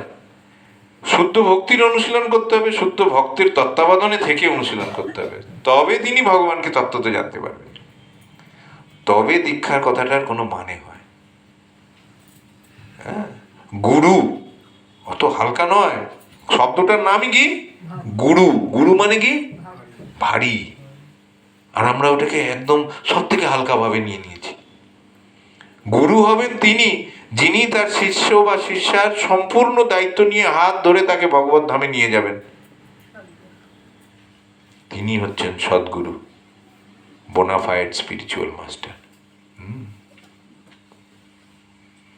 তা নয় সেখানে সেখানে একদম ব্যাঙের ছাতার মতো প্রতিষ্ঠান হয়ে উঠছে, আর মানে শিক্ষার নামে মানে শিক্ষার বালাই নেই। ভগবত গীতার ভাগবতম কি জিনিস তাই জানি, অনেকে তো জানিই না যে ভগবত গীতা আর ভাগবতম দুটো আলাদা গ্রন্থ, অনেকেই তাই জানে না। অনেকে ভাবে একই জিনিস। ওই ভাগবত গীতা ভগবত কি যে বলে জানি না তো। কাউকে ছোট করার উদ্দেশ্যে আমরা বলছি না, আমাদের উদ্দেশ্যটা খুব স্পষ্ট যে ভগবানকে তত্ত্বত জানতে গেলে ভগবানের মুখনিসৃত বাণী যে গ্রন্থে আছে সেই গ্রন্থ আমাদের পড়াশোনা করতে হবে, বা ভগবানের শুদ্ধ ভক্তেরা ভগবান সম্বন্ধে যা যা বলেছেন সেইটা লিপিবদ্ধ করা আছে যে গ্রন্থে, সেই গ্রন্থ আমাদের অধ্যয়ন করতে হবে, করে জানতে হবে। তো ভগবানের মুখনিসৃত বাণী কোনটা? ভগবত গীতা। আর ভগবানের শুদ্ধ ভক্তেরা ভগবানের বিবরণ দিয়েছেন কোথায়? যেটা আমরা জানুয়ারি মাসের 10 তারিখ থেকে শুরু করতে চলেছি। হ্যাঁ, তাহলে এইভাবে এই দুটি গ্রন্থ আমাদের ভগবানকে তত্ত্বত জানার ক্ষেত্রে সহায়ক। এই দুটো গ্রন্থ অধ্যয়ন করতে হবে কোনো ভক্তের তত্ত্বাবধানে থেকে। আর যেমন আমরা করছি, শিল প্রভুপাদের তত্ত্বাবধানে, তার লেখনী দিয়ে, তিনি শুদ্ধ ভক্ত, তার তত্ত্বাবধানে আমরা জানার চেষ্টা করছি ভগবানকে। বোঝা গেল? কাজেই দীক্ষা নিয়ে বেথির মাথা মানে অবশ্যই দীক্ষার প্রয়োজন। দীক্ষা ছাড়া আমাদের এই যে ভক্তি জীবনে পথ চলা এক পাও এগোতে পারবো না। অথরাইজড, সেই স্ট্যাম্প পড়ে যাবে না, স্ট্যাম্প দিয়ে অথরাইজড, সরকারি স্ট্যাম্প, অশোক স্তম্ভ ছাড়া সেই জিনিসটা কোথাও গ্রাহ্য হয় না। হ্যাঁ, সেরকম দীক্ষা হচ্ছেন তিনি কৃষ্ণ তত্ত্ববেত্তা কোনো গুরু স্ট্যাম্প দিয়েছেন, বা তিনি কি আপনারা আশ্রয় দিয়েছেন আপনাকে, তাহলে ঠিক আছে, তারা তত্ত্বাবধানে থাকুন, শাস্ত্র অধ্যয়ন করুন, তাহলে একদিন আসবে যেদিনকে ভগবানকে তত্ত্ব জানতে পারবেন। লেগে থাকুন।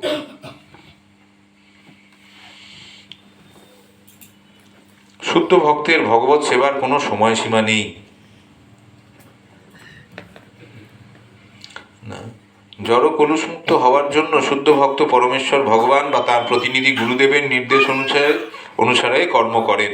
শুদ্ধ ভক্তের ভগবত সেবার কোনো সময়সীমা নেই, তিনি সর্বদাই 24 ঘন্টা পূর্ণরূপে ভগবানের নির্দেশ অনুসারে ভগবানের সেবায় যুক্ত।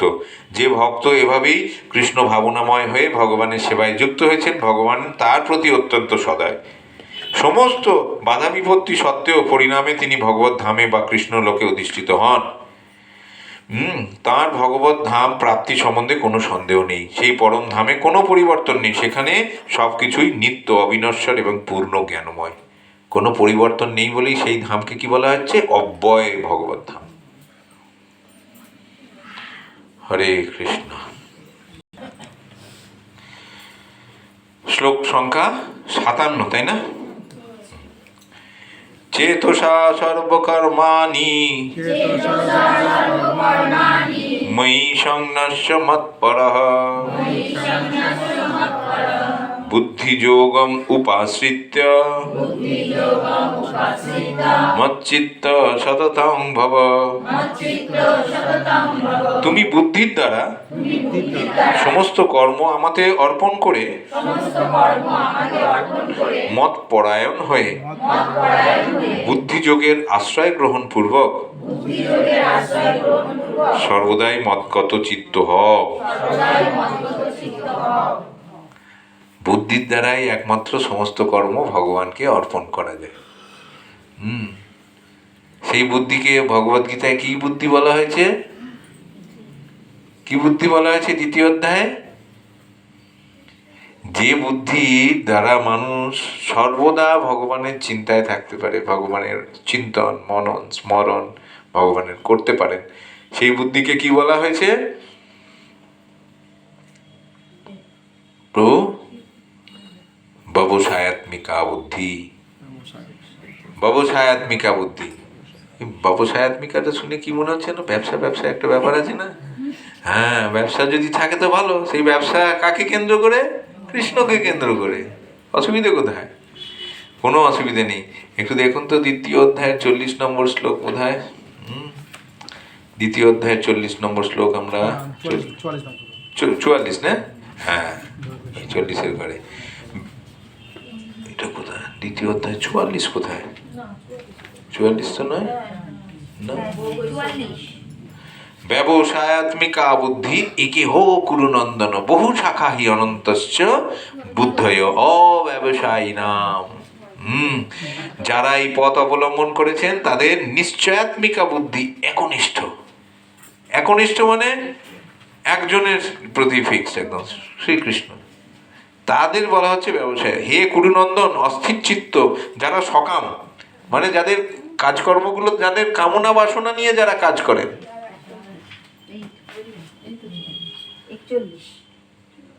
হ্যাঁ, 41। তাহলে যাদের যাদের কাজকর্মগুলো কামনা বাসনা যুক্ত, সকাম কর্ম যারা করে, প্রত্যেকটা কাজের মধ্যে যারা নিজেদের একটা ভালো মন্দ এইসব, এইটা এই করলে কি পাবো, এগুলো হচ্ছে সকাম কর্ম। যারা সকাম কর্মী, যারা সকাম কর্ম করেন, তাদের বুদ্ধিটা কিরকম? বহু শাখা, বহু শাখা ই অনন্তস্য, অনন্ত শাখা। কৃষ্ণ আছেন, হয়তো নাও থাকতে পারেন, থাকতেও পারেন, কিন্তু বুদ্ধি অনেক কিছু, অনেক দিকে এগিয়ে হয়েছে। বিভিন্ন রকমের বুদ্ধি, বিভিন্ন রকমের অর্থ রোজগারের উপায়, বিভিন্ন রকমের ইন্দ্রিয় তৃপ্তির উপায়, এইগুলো মানে মাথায় গিজগিজ করছে। আবার সে কৃষ্ণ ভক্তিও করছে। তাহলে কৃষ্ণের প্রতি তার সেই সেই ইয়ে থাকবে, সেই অ্যাটেনশন, সেই ইয়ে থাকবে কি? থাকতে পারে না। কারণ অন্য আরো অনেক কিছুই আছে। আর ব্যবসায়াত্মিকা বুদ্ধি মানে যে বুদ্ধি একদম ফিক্সড, ফোকাস একদম স্থির, স্থির বুদ্ধি, একনিষ্ঠ বুদ্ধি, সেইটাই ভগবান বলছে সেই বুদ্ধির দ্বারা বুদ্ধিযোগের আশ্রয় গ্রহণ পূর্বক সর্বদাই মদগত চিত্ত হও। তোমার চিত্ত, তোমার মন সবসময় আমার প্রতি আকৃষ্ট থাকবে। শিল প্রভুপাদ কৃত তাৎপর্য, জগৎগুরু শিল প্রভুপাদ কি। কৃষ্ণ ভাবনাময় হয়ে কেউ যখন কর্ম করেন তখন তিনি নিজেকে সমস্ত জগতের প্রভু বলে মনে করে কাজ করেন না। তিনি কাজ করেন সর্বতোভাবে পরমেশ্বর ভগবানের দ্বারা পরিচালিত তাঁর একান্ত অনুগত দাস রূপে। তখন তিনি নিজে মাস্টার বা নিজে প্রভু বলে মনে করেন না। তাকে সবাই প্রভু প্রভু বলতে পারেন, কিন্তু তিনি জানেন আমি ভগবানের নিত্য দাস। দাসের কোনো ব্যক্তি স্বাতন্ত্র্য থাকে না, থাকে কি? দাসের কোনো ব্যক্তি স্বাতন্ত্র্য থাকে না। সে আবার কি? আমি তো দাস, আমাকে প্রভু যেরকম বলবেন আমি সেরকম চলব। ঠিক আছে? তিনি কাজ করেন কেবল তার প্রভুর আদেশ অনুসারে। পরম প্রভুর দাস রূপে যিনি কর্ম করছেন তার লাভ অথবা ক্ষতির প্রতি কোনো রকম আসক্তি থাকে না। তিনি কেবল তার প্রভুর আদেশ অনুসারে বিশ্বস্ত ভৃত্যের মতো তার কর্তব্য করে চলেন। এখন কেউ তর্ক করতে পারেন শ্রীকৃষ্ণের ব্যক্তিগত তত্ত্বাবধানে অর্জুন কর্ম করছিলেন, কিন্তু এখন শ্রীকৃষ্ণ এখানে নেই, তখন কিভাবে কর্ম করা উচিত? কেউ যদি এই গ্রন্থে বর্ণিত শ্রীকৃষ্ণের নির্দেশ অনুসারে অথবা শ্রীকৃষ্ণের প্রতিনিধির নির্দেশ অনুসারে কর্ম করে তাহলে তার ফল একই হয়। এই শ্লোকে মত পড়ো সংস্কৃত শব্দটি অত্যন্ত গুরুত্বপূর্ণ। এর মাধ্যমে বোঝা যাচ্ছে যে শ্রীকৃষ্ণের সন্তুষ্টি বিধানের জন্য ভক্তিযুক্ত ভগবত সেবা ছাড়া জীবনের আর কোনো উদ্দেশ্য নেই, এবং এভাবেই কর্ম করার সময় একমাত্র শ্রীকৃষ্ণের চিন্তা করা উচিত। এই বিশেষ কাজটি করবার জন্য শ্রীকৃষ্ণ আমাদের নিযুক্ত করেছেন। এভাবেই কাজ করলে স্বাভাবিকভাবেই শ্রীকৃষ্ণের কথা মনে হবে। এটিই হচ্ছে যথার্থ কৃষ্ণ ভাবনা। এখানে আমাদের মনে রাখা উচিত যে খামখেয়ালির বসে যা ইচ্ছা তাই করে ফলটি শ্রীকৃষ্ণকে অর্পণ করা উচিত নয়। সেই ধরনের কাজকর্ম কৃষ্ণ ভাবনাময় ভক্তিযুক্ত ভগবত সেবা নয়। শ্রীকৃষ্ণের নির্দেশ অনুসারে কর্ম করা উচিত, এটি একটি অত্যন্ত গুরুত্বপূর্ণ বিষয়। শ্রীকৃষ্ণের সেই নির্দেশ গুরু পারম্পর্যে সদ্গুরুর মাধ্যমে পাওয়া যায়। তাই গুরুর আদেশ পালন করাটাই জীবনের মুখ্য কর্তব্য বলে গ্রহণ করা উচিত। কেউ যদি সদ্গুরুর আশ্রয়প্রাপ্ত হন এবং তার নির্দেশ অনুসারে কর্ম করে চলেন তাহলে কৃষ্ণ ভাবনাময় ভক্তি জীবনে তার সিদ্ধি অনিবার্য। এই শ্লোকে দেখুন কয়েকটা গুরুত্বপূর্ণ বিষয় হচ্ছে ভৃত্যের মতো আমাদের কর্ম করা। প্রভু আদেশ করবেন, আমরা ভৃত্যের মতো কর্ম করব। সেই কর্ম করতে গিয়ে লাভ ক্ষতির চিন্তা করব না। লাভ ক্ষতির চিন্তা করা মানে কি? আমি আমার ব্যক্তিগত চিন্তা করছি, আমার ভালো, আমার মন্দ, আমার লাভ, আমার ক্ষতি, ক্ষতিটাকে এড়িয়ে চলবো, লাভটাকে নেবো, এই মানসিকতা।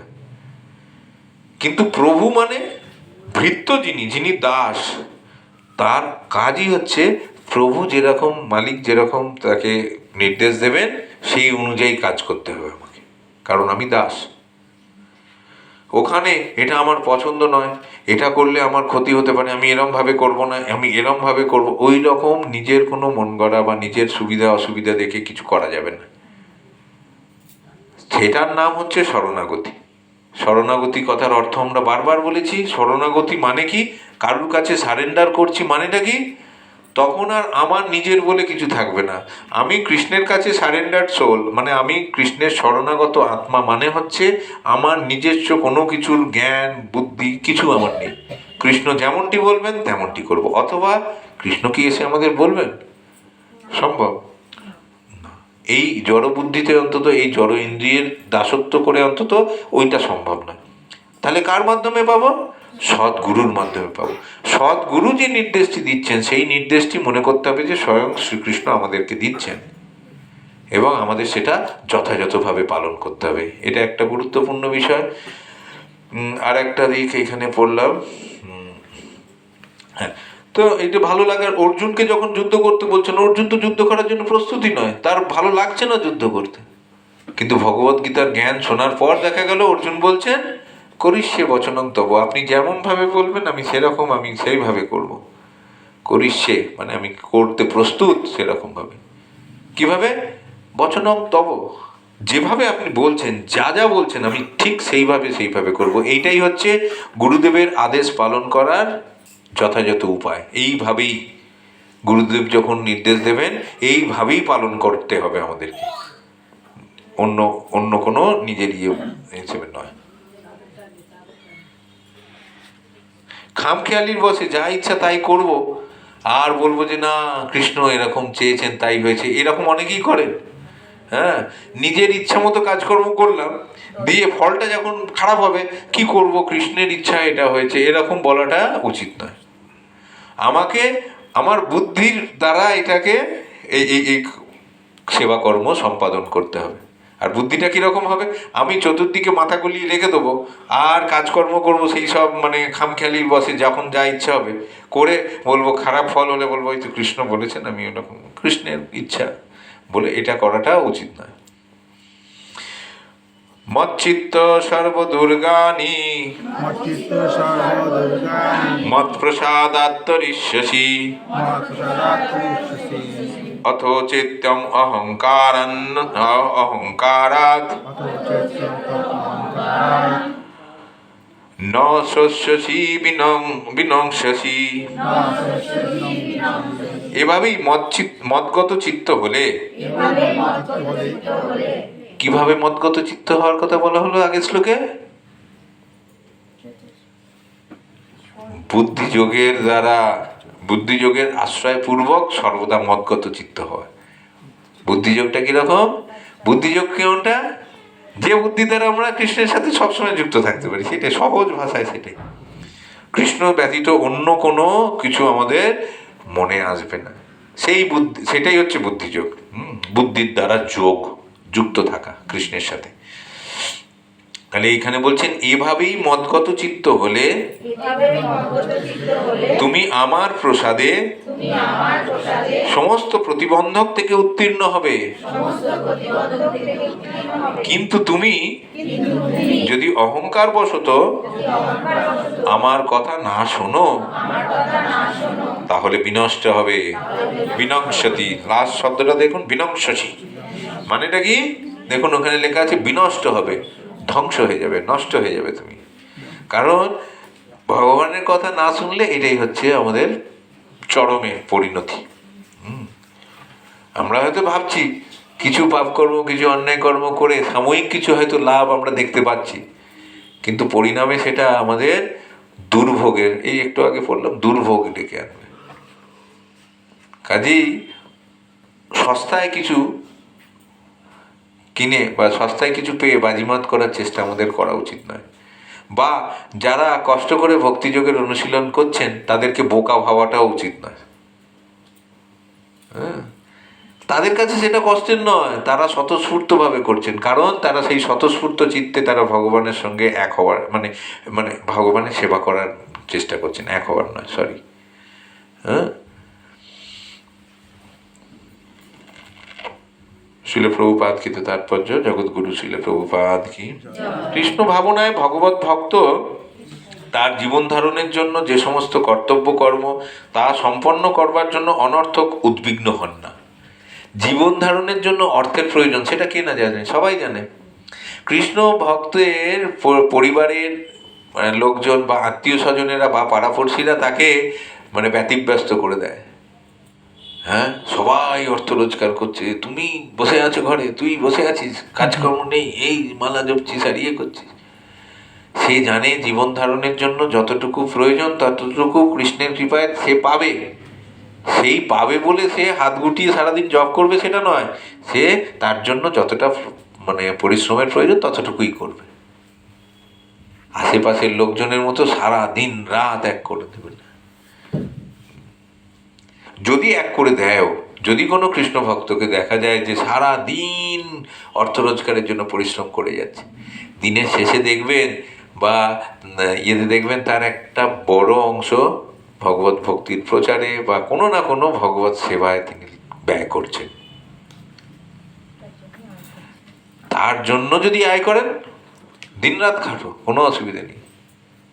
হ্যাঁ, তো তিনি সেই জন্য উদ্বিগ্ন হন না, যে কর্তব্য কর্ম তিনি পালন করে যান নিশ্চিন্ত হয়ে, যে এই কর্তব্য কর্মটা পালন করছি আমার নিজের কৃষ্ণ দাস হিসেবে, আমার নিজের ভরণ পোষণের জন্য, এবং আমার পরিবারের প্রত্যেক সদস্য হচ্ছেন কৃষ্ণের সন্তান, তাদের ভরণ পোষণের জন্য আমার এই প্রচেষ্টা, আমি আমার কর্তব্য কর্ম একনিষ্ঠভাবে করে যাব। ঠিক আছে, সেইভাবে করেন বলে তার অনর্থক কোনো উদ্বিগ্নতা আসে না। সব রকমের উদ্বেগ ও উৎকণ্ঠা থেকে এই মহামুক্তির কথা মূর্খ লোকেরা বুঝতে পারে না।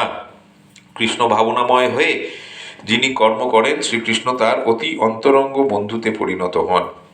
তার যে বন্ধু তার সন্তুষ্টি বিধানের জন্য ঐকান্তিক ভক্তি সহকারে সর্বক্ষণ তার সেবা করে চলেছেন, তার সমস্ত সুখ সুবিধার দিকে তিনি তখন দৃষ্টি রাখেন এবং নিজেকে তার কাছে সমর্পণ করেন। তাই কারো পক্ষেই দেহাত্মবুদ্ধিজাত অহংকারের দ্বারা পরিচালিত হয়ে বিপদগামী হওয়া উচিত নয়। কখনোই নিজেকে জড়া প্রকৃতির নিয়মের বন্ধনে থেকে মুক্ত বলে মনে করা উচিত নয়, অথবা আমাদের নিজেদের ইচ্ছামতো কাজকর্ম করার স্বাধীনতা আমাদের কাছে আছে বলে মনে করা উচিত নয়। প্রত্যেকেই জড়জগতের কঠোর আইনের নিয়ন্ত্রণাধীন, কিন্তু যখনই তিনি কৃষ্ণ ভাবনাময় কাজকর্ম করতে শুরু করেন, তখনই তিনি জড়জগতের বিভ্রান্তি থেকে মুক্ত হন। খুব সতর্কতার সঙ্গে আমাদের মনে রাখা উচিত, কৃষ্ণ ভাবনাময় হয়ে ভগবানের সেবা যে করছে না, সে এই জড়জগতের ঘূর্ণিপাকে জন্ম মৃত্যুর সমুদ্রে নিমজ্জিত হচ্ছে। কোনো বদ্ধজীবী জানে না কি করা তার উচিত এবং কি করা তার উচিত নয়। কিন্তু যিনি কৃষ্ণ ভাবনাময় কৃষ্ণ ভক্ত, তিনি কোনো কিছুর পরোয়া না করে তার কাজকর্ম করে চলেন, কারণ তার অন্তর থেকে শ্রীকৃষ্ণ তাঁকে প্রতিটি কাজকর্মে উদ্বুদ্ধ করেন এবং তার গুরুদেব তা অনুমোদন করেন। এটা হচ্ছে শিল প্রভুপাদ তাৎপর্যে যেটা বললেন, একজন জড় ব্যক্তি, জড় বিষয়ী ব্যক্তি, যার বিষয় বাসনাটাই হচ্ছে মূল, হ্যাঁ, বিষয় বাসনায় যিনি সবসময় জড়িয়ে রয়েছেন, তার চিন্তা ভাবনা জুড়ে রয়েছে বিষয় বাসনা, সেই ব্যক্তির সঙ্গে একজন কৃষ্ণ ভক্তের, একজন বৈষ্ণবের পার্থক্য হচ্ছে, বৈষ্ণব কখনো উদ্বিগ্ন হন না, কখনো এক গাদা প্ল্যান করেন না, কিভাবে কালকে হবে, কালকে আগামী দিন কিভাবে আমরা আরো, আজকে এই রোজগার কালকে আরো বাড়াতে হবে, ঘরের সুখ স্বাচ্ছন্দ্য না।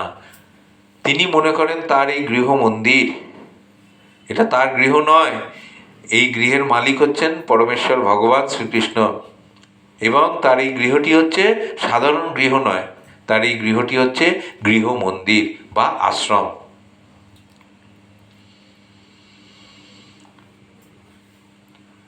আমরা বলেছিলাম না, যে গৃহে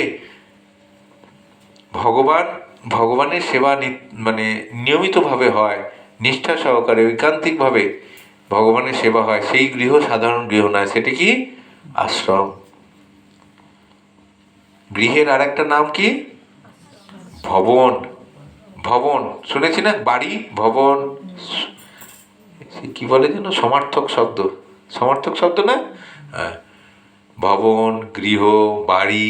হ্যাঁ, তো ভবন মানে যে গৃহে বা যে আলয়ে, কথাটার অর্থ হচ্ছে ভগবানকে সূচিত করে, ভগবানের সেবা নিত্য নৈমিত্তিকভাবে নিষ্ঠা সহকারে হয়, সেই গৃহ হচ্ছে ভবন।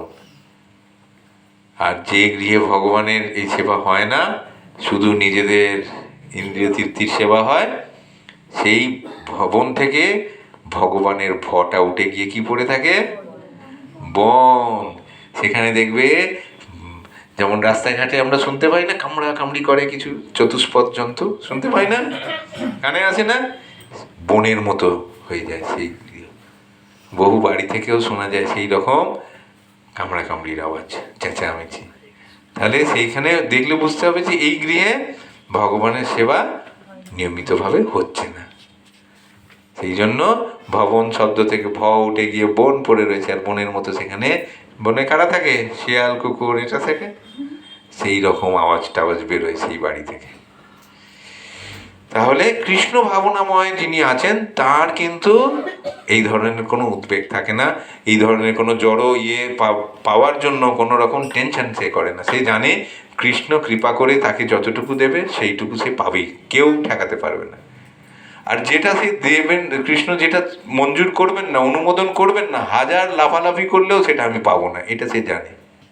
এটা জানে না সাধারণ মানুষ, জানে না, যারা কৃষ্ণের ভক্তি করছেন না তারা জানেন না, তারা ভাবছেন আমি হচ্ছে আমি হচ্ছে কি বলে সেলফ মেড ম্যান, বলে না অনেকে, I M a self made man, মানে আমি হচ্ছে আমার এই এই এই যে সাফল্যের পেছনে আমি কারিগর, আমি আমি আমি যা করছি সব আমার কৃতিত্ব।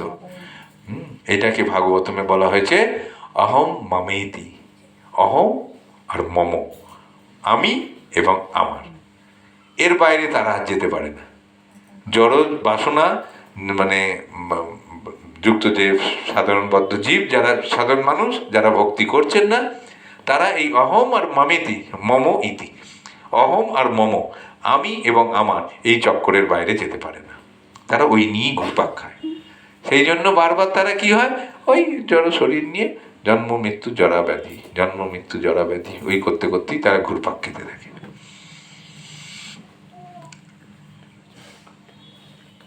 কত নম্বর হলো? 58 হলো না? 59। যদ অহংকারম আশ্রিত্য ন যৎস ইতি মন্যসে মিথ্যৈষ ব্যবসায়স্তে প্রকৃতিস্ত্বাং নিযক্ষতি। যদি অহংকারকে আশ্রয় করে যুদ্ধ করব না এরূপ মনে করো, তাহলে তোমার সংকল্প মিথ্যাই হবে, কারণ তোমার প্রকৃতি তোমাকে যুদ্ধে প্রবৃত্ত করবে। ক্ষত্রিয় তার প্রকৃতি হচ্ছে যুদ্ধ করার, সে বলছে আমি যুদ্ধ করব না, তার মানে তোমার প্রকৃতি তোমাকে বাধ্য করবে তোমাকে যুদ্ধ করতে। তুমি যদি যুদ্ধ করব না মনে করো, হ্যাঁ, আর এই অহংকার অহম আর মামেতি মম, যেটা বললাম আমি এবং আমার, আমি এবং এই যুদ্ধে যারা আমার সমস্ত আত্মীয় স্বজন, দেখুন পুরো ব্যাপারটাই অহম আর মম দুটোর ওপর নির্ভর করে আছে। অর্জুন বলছে আমি এবং মম, আমার যারা আত্মীয় স্বজন, আমার যারা শিক্ষাগুরু, আমার যারা ভাই, এদেরকে আমি মারবো না। তার মানে এটা হচ্ছে সেই মিথ্যা অহংকার যেটা শুধু আমাদেরকে আমি এবং আমার ভাবতে শেখায়। সেই মিথ্যা অহংকার যেটা আমি এবং আমার ভাবতে শেখায়, সেই মিথ্যা অহংকার আমাদের কৃষ্ণ থেকে দূরে সরিয়ে দেয়। আমি আর আমার বাইরে আমরা আর কিছু ভাবতে চাই না, কে কৃষ্ণ মানি না, আমি ভগবান, এরকম একটা মিথ্যা অহংকার তাদের মধ্যে জন্ম নেয়। শিল প্রভুপাদ কৃত তাৎপর্য, জগৎগুরু শিল প্রভুপাদ কি। অর্জুন ছিলেন যুদ্ধ বিশারদ এবং ক্ষত্রিয়ের প্রকৃতি নিয়ে তিনি জন্মগ্রহণ করেছিলেন, তাই যুদ্ধ করাটাই ছিল তাঁর কর্তব্য। কিন্তু মিথ্যা অহংকারের ফলে তিনি আশঙ্কা করেছিলেন যে তাঁর গুরু পিতামহ বন্ধুদের হত্যা করলে তাঁর পাপ হবে। প্রকৃতপক্ষে তিনি নিজেকে তার সমস্ত কর্মের কর্তা বলে মনে করেছিলেন, যেন এই সমস্ত কর্মের শুভ অশুভ ফলগুলি তিনিই পরিচালনা করছেন। যখন মানুষ এই ধরনের এই অহংকারে মিথ্যা অহংকারে থাকে না, আমি আর আমার, তখন তারা মনে করে অহংকার ও বিমূঢ়াত্মা কর্তা অহম, আমি কর্তা ইতি মন্যতে, এইভাবে মনে করে কর্তা অহম ইতি মন্যতে, না কর্তা আমি নয়, ওইটা মিথ্যা অহংকারের ফলে আমি মনে করছি আমি কর্তা। তো এটা হচ্ছে সব থেকে বড় ভুল আমাদের।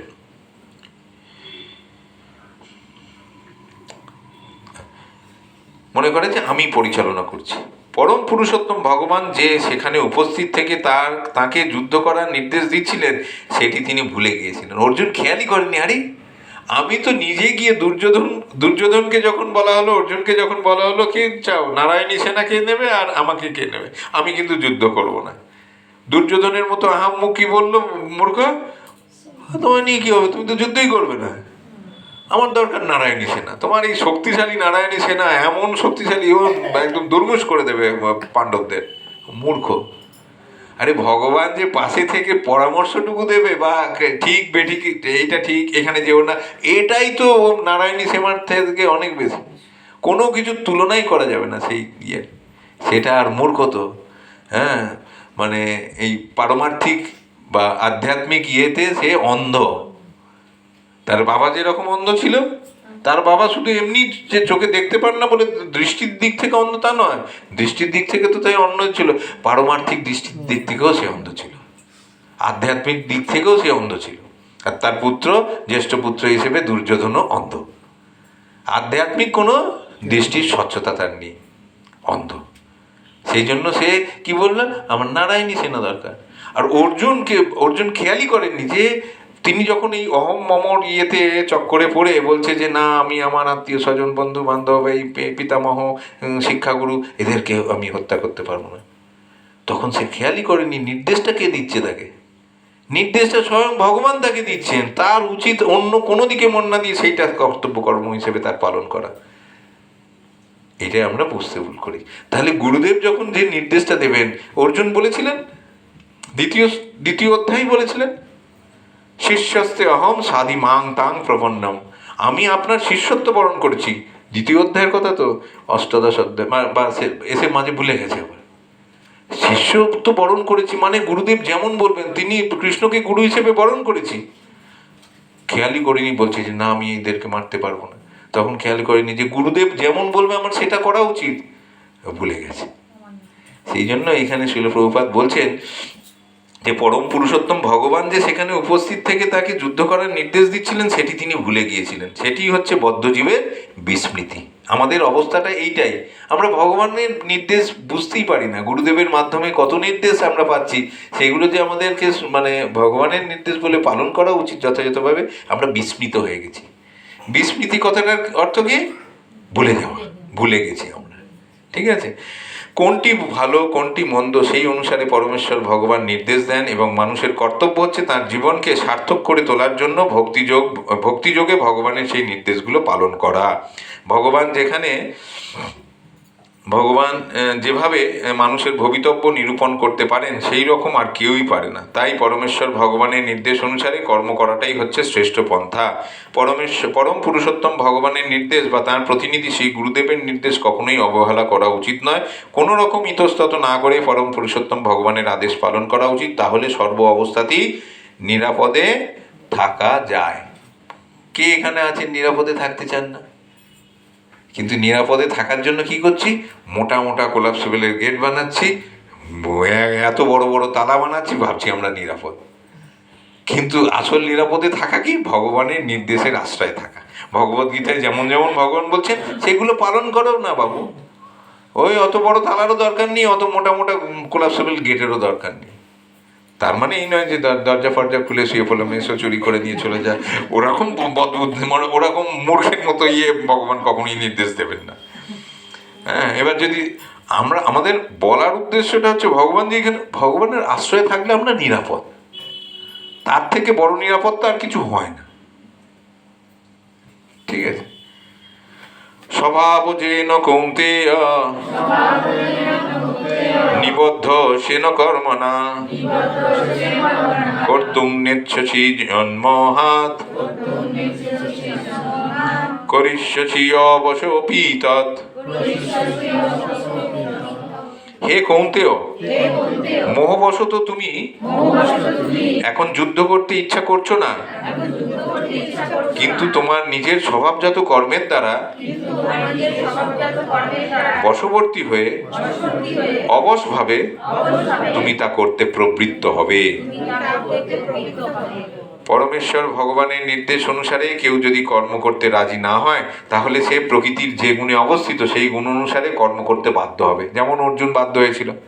অর্জুনের প্রকৃতি ক্ষত্রিয় হিসেবে যুদ্ধ করা, সে পরমেশ্বর ভগবান যে নির্দেশ দিচ্ছেন সেটা বুঝতে পারেনি। এটা কি হলো দেখো তো, ইয়েতে চার্ট ফুরিয়ে গেল বোধহয়, ইয়েতে লাগিত। তা পরমেশ্বর ভগবান পাশে থেকে নির্দেশ দিচ্ছেন, সেটা সে খেয়ালই করেনি। সে কি করলো যে মানে যুদ্ধ করবো না বললো। কিন্তু পরমেশ্বর ভগবান এই তার যে নিজের একটা প্রকৃতি আছে, সেই প্রকৃতির যে স্বভাবজাত কর্ম হচ্ছে ক্ষত্রিয় হিসেবে যুদ্ধ করা, সেই ক্ষত্রিয় হিসেবে যুদ্ধ করা তাকে বাধ্য করবে যুদ্ধ করতে। যখন এসে বাণ চালাবে মানে শত্রুপক্ষ, ক্ষত্রিয় চুপচাপ বসে থাকতে পারবে না, অটোমেটিক তার প্রকৃতি তাকে পাল্টা বাণ নিক্ষেপ করতে বাধ্য করবে। ঠিক আছে, এখন ক্লাসে আছেন 6:30 পেশেন্ট, 6:30 6:30 ফোন আসুন, 6:30 আসতে পারবো। ঠিক আছে?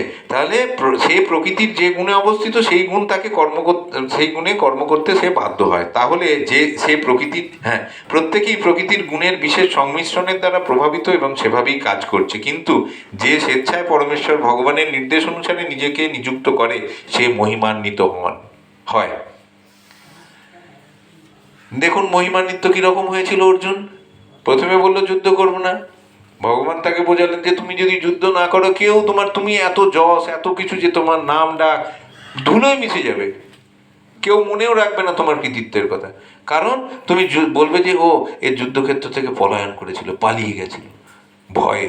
দেখেছো ভগবান আছেন সাথে, তার পক্ষে আছে, এত তার নাম যশ, এত পাশুপত অস্ত্র, কত কত অস্ত্র তাকে দিয়েছে, অগ্নিদেব তাকে রথ গিফট করেছে, এত কিছু থাকার পরেও এ যুদ্ধ করবে না, ভীতু। তোমার অপযশ হবে, তোমার মানে নামের প্রতি হবে, সুবিচার হবে না।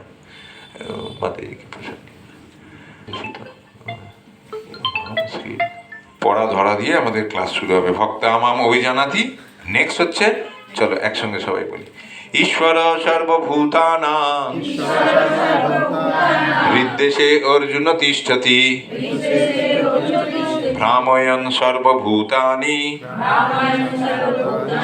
যন্ত্রারূঢ়ানি মায়য়া। ঈশ্বর সর্বভূতানাং হৃদ্দেশে অর্জুন তিষ্ঠতি ভ্রাময়ন সর্বভূতানি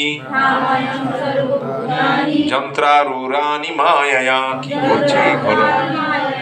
ঈশ্বর সর্বভূতানাং হৃদ্দেশে অর্জুন তিষ্ঠতি ভ্রাময়ন সর্বভূতানি যন্ত্রারূঢ়ানি মায়য়া। কাকুলি মাতাজি। ঈশ্বর সর্বভূতানাং হৃদেশে অর্জুন তিষ্ঠতি ভ্রাময়ন সর্বভূতানি যন্ত্রারূঢ়ানি মায়য়া। ঈশ্বর সর্বভূতানাং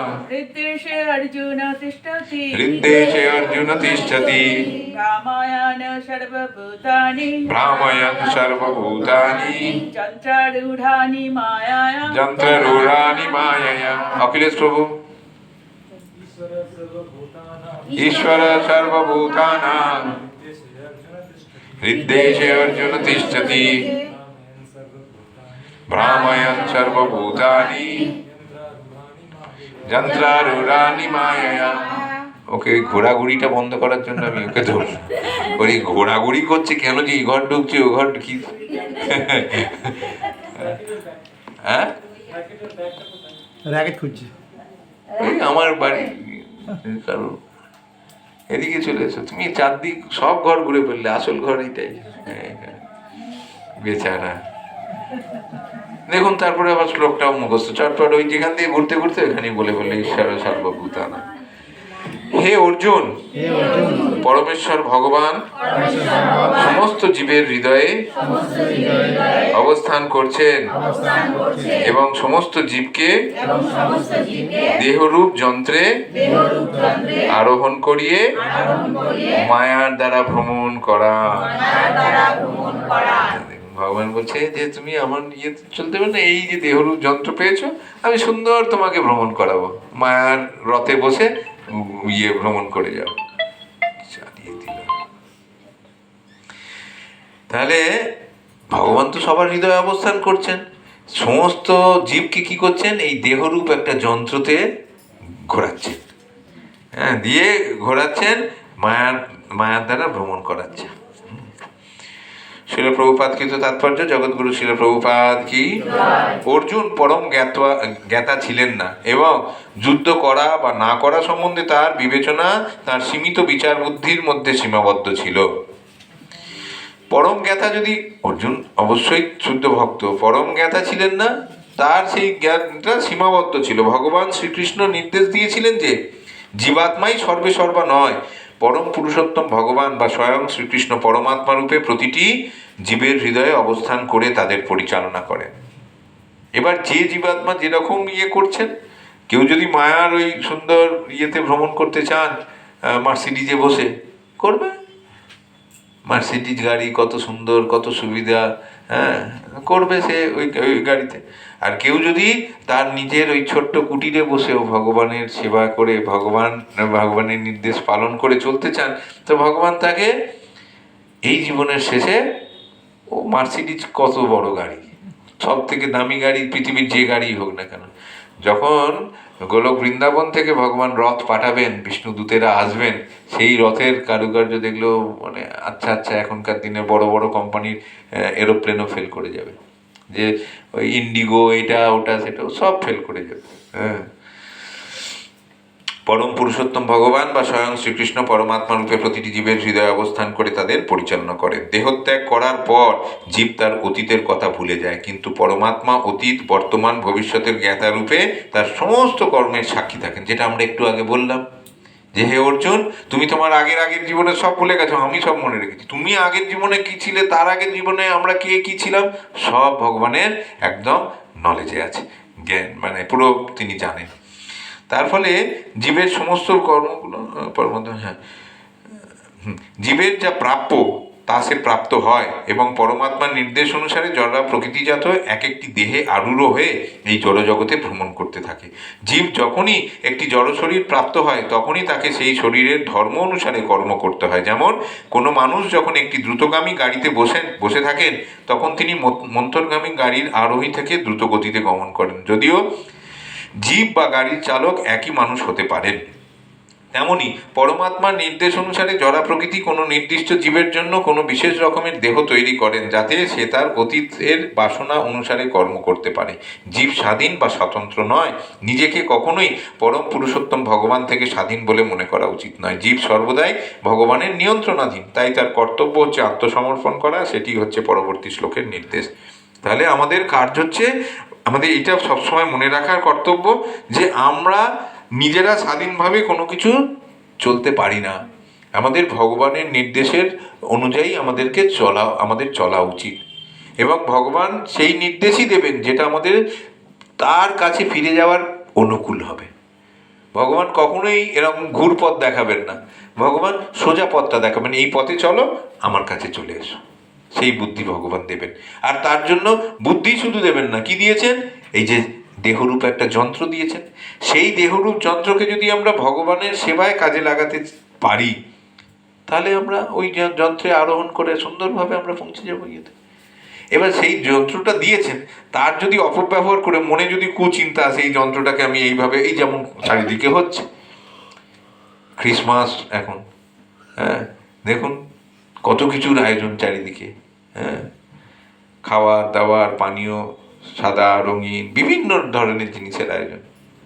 যারা ওইগুলোকে জীবনের মূল লক্ষ্য মনে করছেন বা মূল প্রাপ্তি মনে করছেন, এইগুলোর জন্যই এই মনুষ্য শরীরটা পেয়েছি, তাহলে সেই শরীর নামক যন্ত্রের তারা অপব্যবহার করছেন। আর আপনারা যারা ধরুন এইসব বাইরের রঙিন জীবনের হাতছানি থেকে সরে এসে ভগবানের কথা শোনার জন্য এক জায়গায় হচ্ছেন, তারা সেই দেহরূপ যন্ত্রে সদ্ব্যবহার করছেন। সদ্ব্যবহার করলে ভগবান খুশি হবেন। অসৎ ব্যবহার করে যদি আমরা এদিক ওদিক পথভ্রষ্ট হয়ে ঘুরে বেড়াই, তাহলে ঘুরেই বেড়াতে হবে, আর ওই ভগবানের কাছে যাওয়ার কোনো রাস্তা সব বন্ধ হয়ে যাবে। সেই কারণে ভগবান বলছেন যে আমি তোমাদের হৃদয়ে অবস্থান করে তোমাদেরকে পরিচালনা করছি। হৃদ্দেশে অর্জুন তিষ্ঠতি, হৃদয়ে অবস্থান করছি। তোমার বুঝতে হবে, তোমার সেই উপলব্ধিটা হতে হবে। কখন উপলব্ধি আসবে? যখন আমরা ভগবতমুখী হয়ে ভগবত সেবায় নিজেদের জীবন, এই দেহরূপ যন্ত্রটাকে ব্যবহার করবো, তখনই সেই উপলব্ধি আসবে। তমেব শরণং গচ্ছ সর্বভাবেন ভারত, তৎপ্রসাদাৎ পরাং শান্তিং স্থানং প্রাপ্স্যসি শাশ্বতম।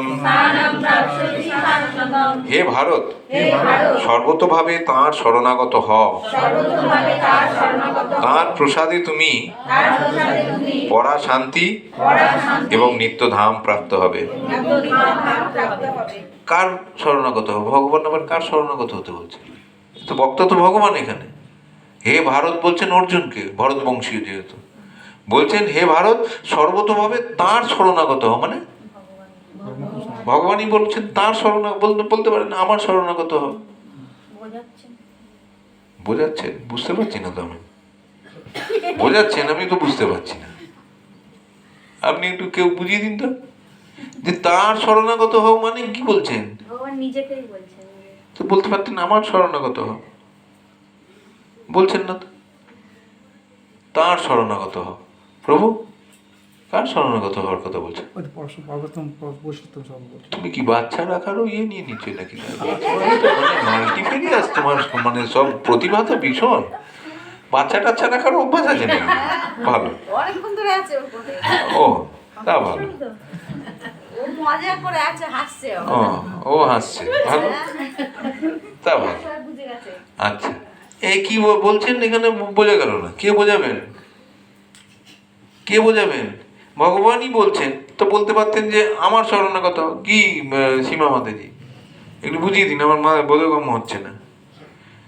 ভগবান নিজে বলছেন, তো বলতে পারেন সর্বতোভাবে আমার শরণাগত হও, না বলে বলছেন সর্বতোভাবে তাঁর শরণ। হ্যাঁ, তো বলতে পারতেন সদ্গুরু শরণাগত হও, তাঁর শরণাগত। একটা জিনিস খেয়াল করতে হবে আমাদের, আমরা যে পরপর শ্লোকগুলো পড়ে যাচ্ছি, দেখুন আজকে কতগুলো শ্লোক পড়লাম। ফাঁকিবাজ স্টুডেন্টদের কাজ পরীক্ষার আগের দিন যেমন বেশি বেশি পড়ছে, বা সময় হয়ে এসছে পরীক্ষার, যেন আজকে আর একটা শ্লোক করেই শেষ করে দেবো। এই যে এই শ্লোকে যে ভগবান বললেন সর্বতোভাবে তাঁর শরণাগত হও, আগের শ্লোকটায় কি বলছেন দেখুন। আরে তোমাকে নামাতে কোথায় বললাম, বাচ্চা ভালো লাগছিল বলে নিয়ে রাখো, অসুবিধা নেই, করে নিয়ে রাখো, অসুবিধা নেই।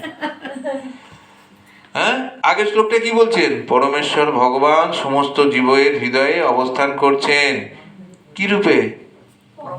পরমাত্মা রূপে।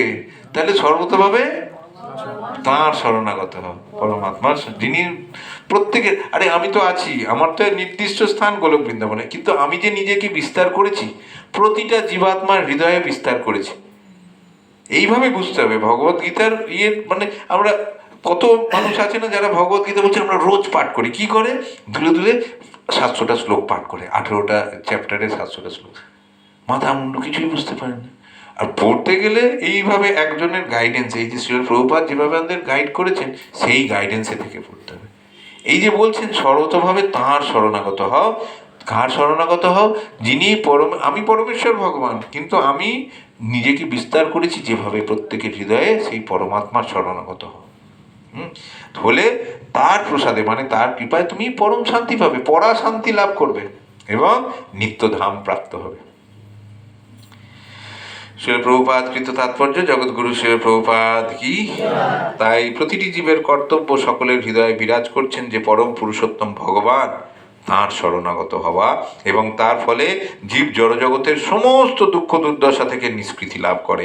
এই আত্মসমর্পণের ফলে জীব যে কেবল এই জীবনের দুঃখ দুর্দশা থেকে মুক্ত হয় তাই নয়, পরিণামে সে পরমেশ্বর ভগবানকে লাভ করে। যে ভগবত ভক্তি অনুশীলন করবে সে এই জীবনেও পরম শান্তিতে থাকবে, পরম শান্তিতে থাকবে। কোনো রকম অশান্তি, কোনো রকম উদ্বিগ্নতা তাকে গ্রাস করতে পারবে না, ছুঁতে পর্যন্ত পারবে না। তিনি কিরম থাকবেন? প্রসন্ন আত্মা। এই যে ব্রহ্মভূত প্রসন্ন আত্মা বললাম, প্রসন্ন আত্মা হবেন তিনি, সব সময় প্রসন্ন থাকবেন। হ্যাঁ, ঠিক আছে, ওটা মানিয়ে বলেছেন। তাহলে তিনি প্রসন্ন থাকবেন সর্ব অবস্থাতে। হ্যাঁ, আর তাই প্রতিটি জীবের কর্তব্য সকলের হৃদয়ে বিরাজ করছেন যে হ্যাঁ, এই আত্মসমর্পণের ফলে তাহলে আমাদের কাজটা কি? সেই পরমাত্মার কাছে আত্মসমর্পণ করা। তাহলেই কি হবে? দুঃখ দুর্দশা আমাদের ঘুচে যাবে। আর এই দুঃখ দুর্দশা ঘোচানোর জন্য কত কৃত্রিম প্রয়াস আমরা করছি, কত কিছুর ব্যবস্থা আমরা করছি। দুঃখ দুর্দশা ঘুরছে কি? ঘুরছে না, বরং আরো বাড়ছে। কারণ কি? কারণ হচ্ছে দুঃখ দুর্দশা ঘোচার যে রাস্তা আমাদের দেখানো হয়েছে, সেই রাস্তায় আমরা প্রবেশ করতে চাইছি না। প্রবেশ করলেই শান্তি, এক্সট্রা কিছু করতে হয় না। সদ্গুরুর নির্দেশে সারা জীবন কাটিয়ে দাও সুন্দরভাবে, যা যা নির্দেশ দিয়েছে নির্দেশগুলোর পালন করে যাও। সেই নির্দেশ কখনো আজকের এই যারা আমরা সদ্গুরুর আশ্রয়ে আছি, সেই সদ্গুরুর আশ্রয়ে থাকা মানে পাওয়ার আগে জীবন আর এখনকার জীবনের মধ্যে কোনো পার্থক্য নেই। তার আগেও 16 মালা জপ করছিলাম, এখনও 16 মালা জপ করি। তার আগেও যা যা করার সব করছিলাম, এখনও তাই করি। সদ্গুরু এমন কোনো নির্দেশ দেন না যেটা বাস্তব নয়, অবাস্তব কোনো ইয়ে দেন না, কারণ তিনি জানেন যে এই জীবাত্মা কতটুকু নিতে পারবে, কতটুকু করতে পারবে, সেই অনুযায়ী সদ্গুরুর নির্দেশগুলো হয়। যদি কোনো নির্দেশ আমাদের আপেক্ষিকভাবে আপাত দৃষ্টিতে মনে হয় অবাস্তব, তাহলেও এইটা আমাদের মানে মনে রাখা উচিত যে এটা ভগবানের নির্দেশ, সদ্গুরুর মাধ্যমে আসছেন, এটা মধ্যে ভগবান তার শক্তি বা সদ্গুরু তার শক্তি নিহিত করে রেখেছেন, এর মধ্যে আছে।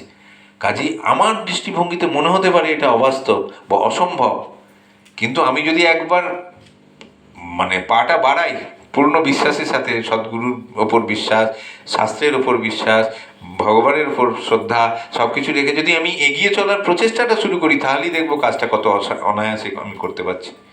যেটা ওই অঙ্ক কষে, খাতা কলমে অঙ্ক কষে কোনোদিন চুল ছিঁড়ে ফেলতে হবে, কিন্তু মিলবে না সেই অঙ্ক। একবার প্রয়াসটা শুরু করে দেখুন কত সহজে সেটা প্রাপ্ত হয়ে যায়। কোনো রকম দূর থেকে যদি ভাবতে থাকি, সবসময় মনে হবে ও বিরাট কঠিন।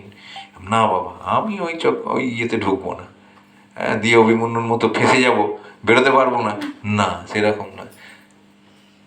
জিজ্ঞেস করুন আমার এই বন্ধু, মানে যখন 2017 সালে আমরা ক্লাস শুরু করি, তার স্ত্রী আসছে, তার শালি আসছে, সবাই আসছে, তাকে আসার জন্য তার স্ত্রী বলছে তুমি যাও না, তোমাকে তো বাধা দিইনি, যাও না, আমাকে ডাকবে। 6 মাসের মধ্যে তিনি ক্লাসে এলেন, তার 6 মাস পরে দেখা যাচ্ছে স্ত্রী কোথায়, এমন ফাস্ট, আর ইয়ে করতে পারছেন না। এখন জিজ্ঞেস করুন প্রসাদ, এখন জিজ্ঞেস করুন কোনো রকম দুঃখ দুর্দশা কিছু নেই, থাকলেও সেটা দুঃখ দুর্দশা হিসেবে ভগবানের ভক্ত নেন না। দুঃখ দুর্দশা যেটা আমাদের আসে, সেটা ভগবান শ্রীমদ্ ভাগবতের একটা শ্লোক আছে, সেইটা হচ্ছে ভগবানের এই ভক্তের দৃষ্টিভঙ্গি হচ্ছে সেরকম। সেই শ্লোকটা হচ্ছে তত্তে অনুকম্পাং সুচমীক্ষমান ভুঞ্জানেবাত্মা কৃতং বিপাকম হৃদ্বাগ্বপুভির্বিদধন নমস্তে জীবে তজ মুক্তি পদে সদায় ভাগ। মুক্তি লাভের জন্য তিনি হচ্ছেন যথাযোগ্য ব্যক্তি। কে না, যিনি এই যে জড় জীবনের যে দুঃখ দুর্দশাগুলোকে নিজের কৃতকর্মের ফল হিসেবে দর্শন করেন, যে এটা আমার পূর্বকৃত কর্মফল হিসেবে এটা আমি পাচ্ছি, তার জন্য তিনি একটু উদ্বিগ্ন হন না, খুশি মনে, যে না আমার কৃতকর্ম ফল আমি ভোগ করছি, আরও করতে হবে। আর কি বলেন, তত্ত্বে অনুকম্পাং সুচমীক্ষমান ভুঞ্জান এবাত্মকৃতং বিপাকম, এটা আমার পূর্বকৃত কর্মফল আমি ভোগ করছি, এই মনে করে ভগবানের কৃপা লাভের আশায়, যিনি শত দুঃখ দুর্দশা সত্ত্বেও তিনি সব সময় যার মাথা ঝুঁকে আছে ভগবানকে, জীবিত কি তত্ত্বে অনুকম্পাং সুসমীক্ষমান ভুঞ্জান এবাত্মকৃতং বিপাকম তৎ বাক বপুভির, সেটাকে ভগবানের অনুকম্পা, এই দুঃখ দুর্দশাকেও নিজের কর্মফল বলে গ্রহণ করে ভগবানের অনুকম্পা লাভের আশায় তৎ বাক বপু, তার বাক কথাবার্তা, তার বপু তার শরীর এবং তার ইয়ে দিয়ে মন দিয়ে তিনি সর্বতভাবে চেষ্টা করেন ভগবানকে, তৎ বাক বপুভির বিদধন নমস্তে, নমস্তে সবসময় নমস্কার করছেন ভগবানকে, প্রণতি নিবেদন করছেন। সেই প্রণতি নিবেদনে কখনো বলেননি ভগবান আমার এই দুঃখ দুর্দশা দূর করে দিন, একবারও বলবে না। শুদ্ধ ভক্ত সবসময় বলবে যে এটা আমার পূর্বকৃত কর্মফল, আমি ভোগ করি, কিন্তু আমার এত মানে দুঃখ দুর্দশা সত্ত্বেও আমি যেন আপনাকে প্রণাম করতে ভুলে না যাই,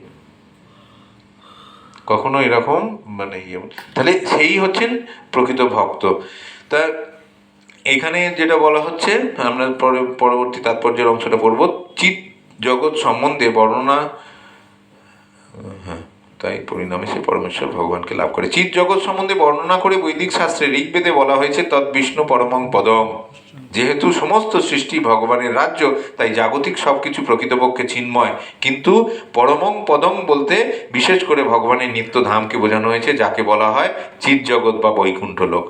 ভগবদ গীতায় 15 অধ্যায়ে বলা হয়েছে সর্বস্ব চাহম হৃদি সন্নিবিষ্ট। ভগবান সকলের হৃদয়ে বিরাজমান, তাই হৃদয়ের অন্তঃস্থলে বিরাজমান পরমাত্মার কাছে আত্মসমর্পণের নির্দেশ দেওয়ার অর্থ হচ্ছে পরম পুরুষোত্তম ভগবান শ্রীকৃষ্ণের কাছে আত্মসমর্পণ করা। তার মানে পরমাত্মার কাছে আত্মসমর্পণ, ভগবানের শ্রীকৃষ্ণের কাছে আত্মসমর্পণ একই। শ্রীকৃষ্ণ অর্জুন ইতিমধ্যেই পরমেশ্বর বলে মেনে নিয়েছেন, শ্রীকৃষ্ণকে অর্জুন ইতিমধ্যেই পরমেশ্বর বলে মেনে নিয়েছেন। দশম অধ্যায়ে তাকে পরম ব্রহ্ম পরম ধাম রূপে স্বীকার করেছেন। শ্রীকৃষ্ণ বলেছেন না, এই অর্জুন বলেছেন পরম ব্রহ্ম পরম ধাম পবিত্রম পরমম ভবান।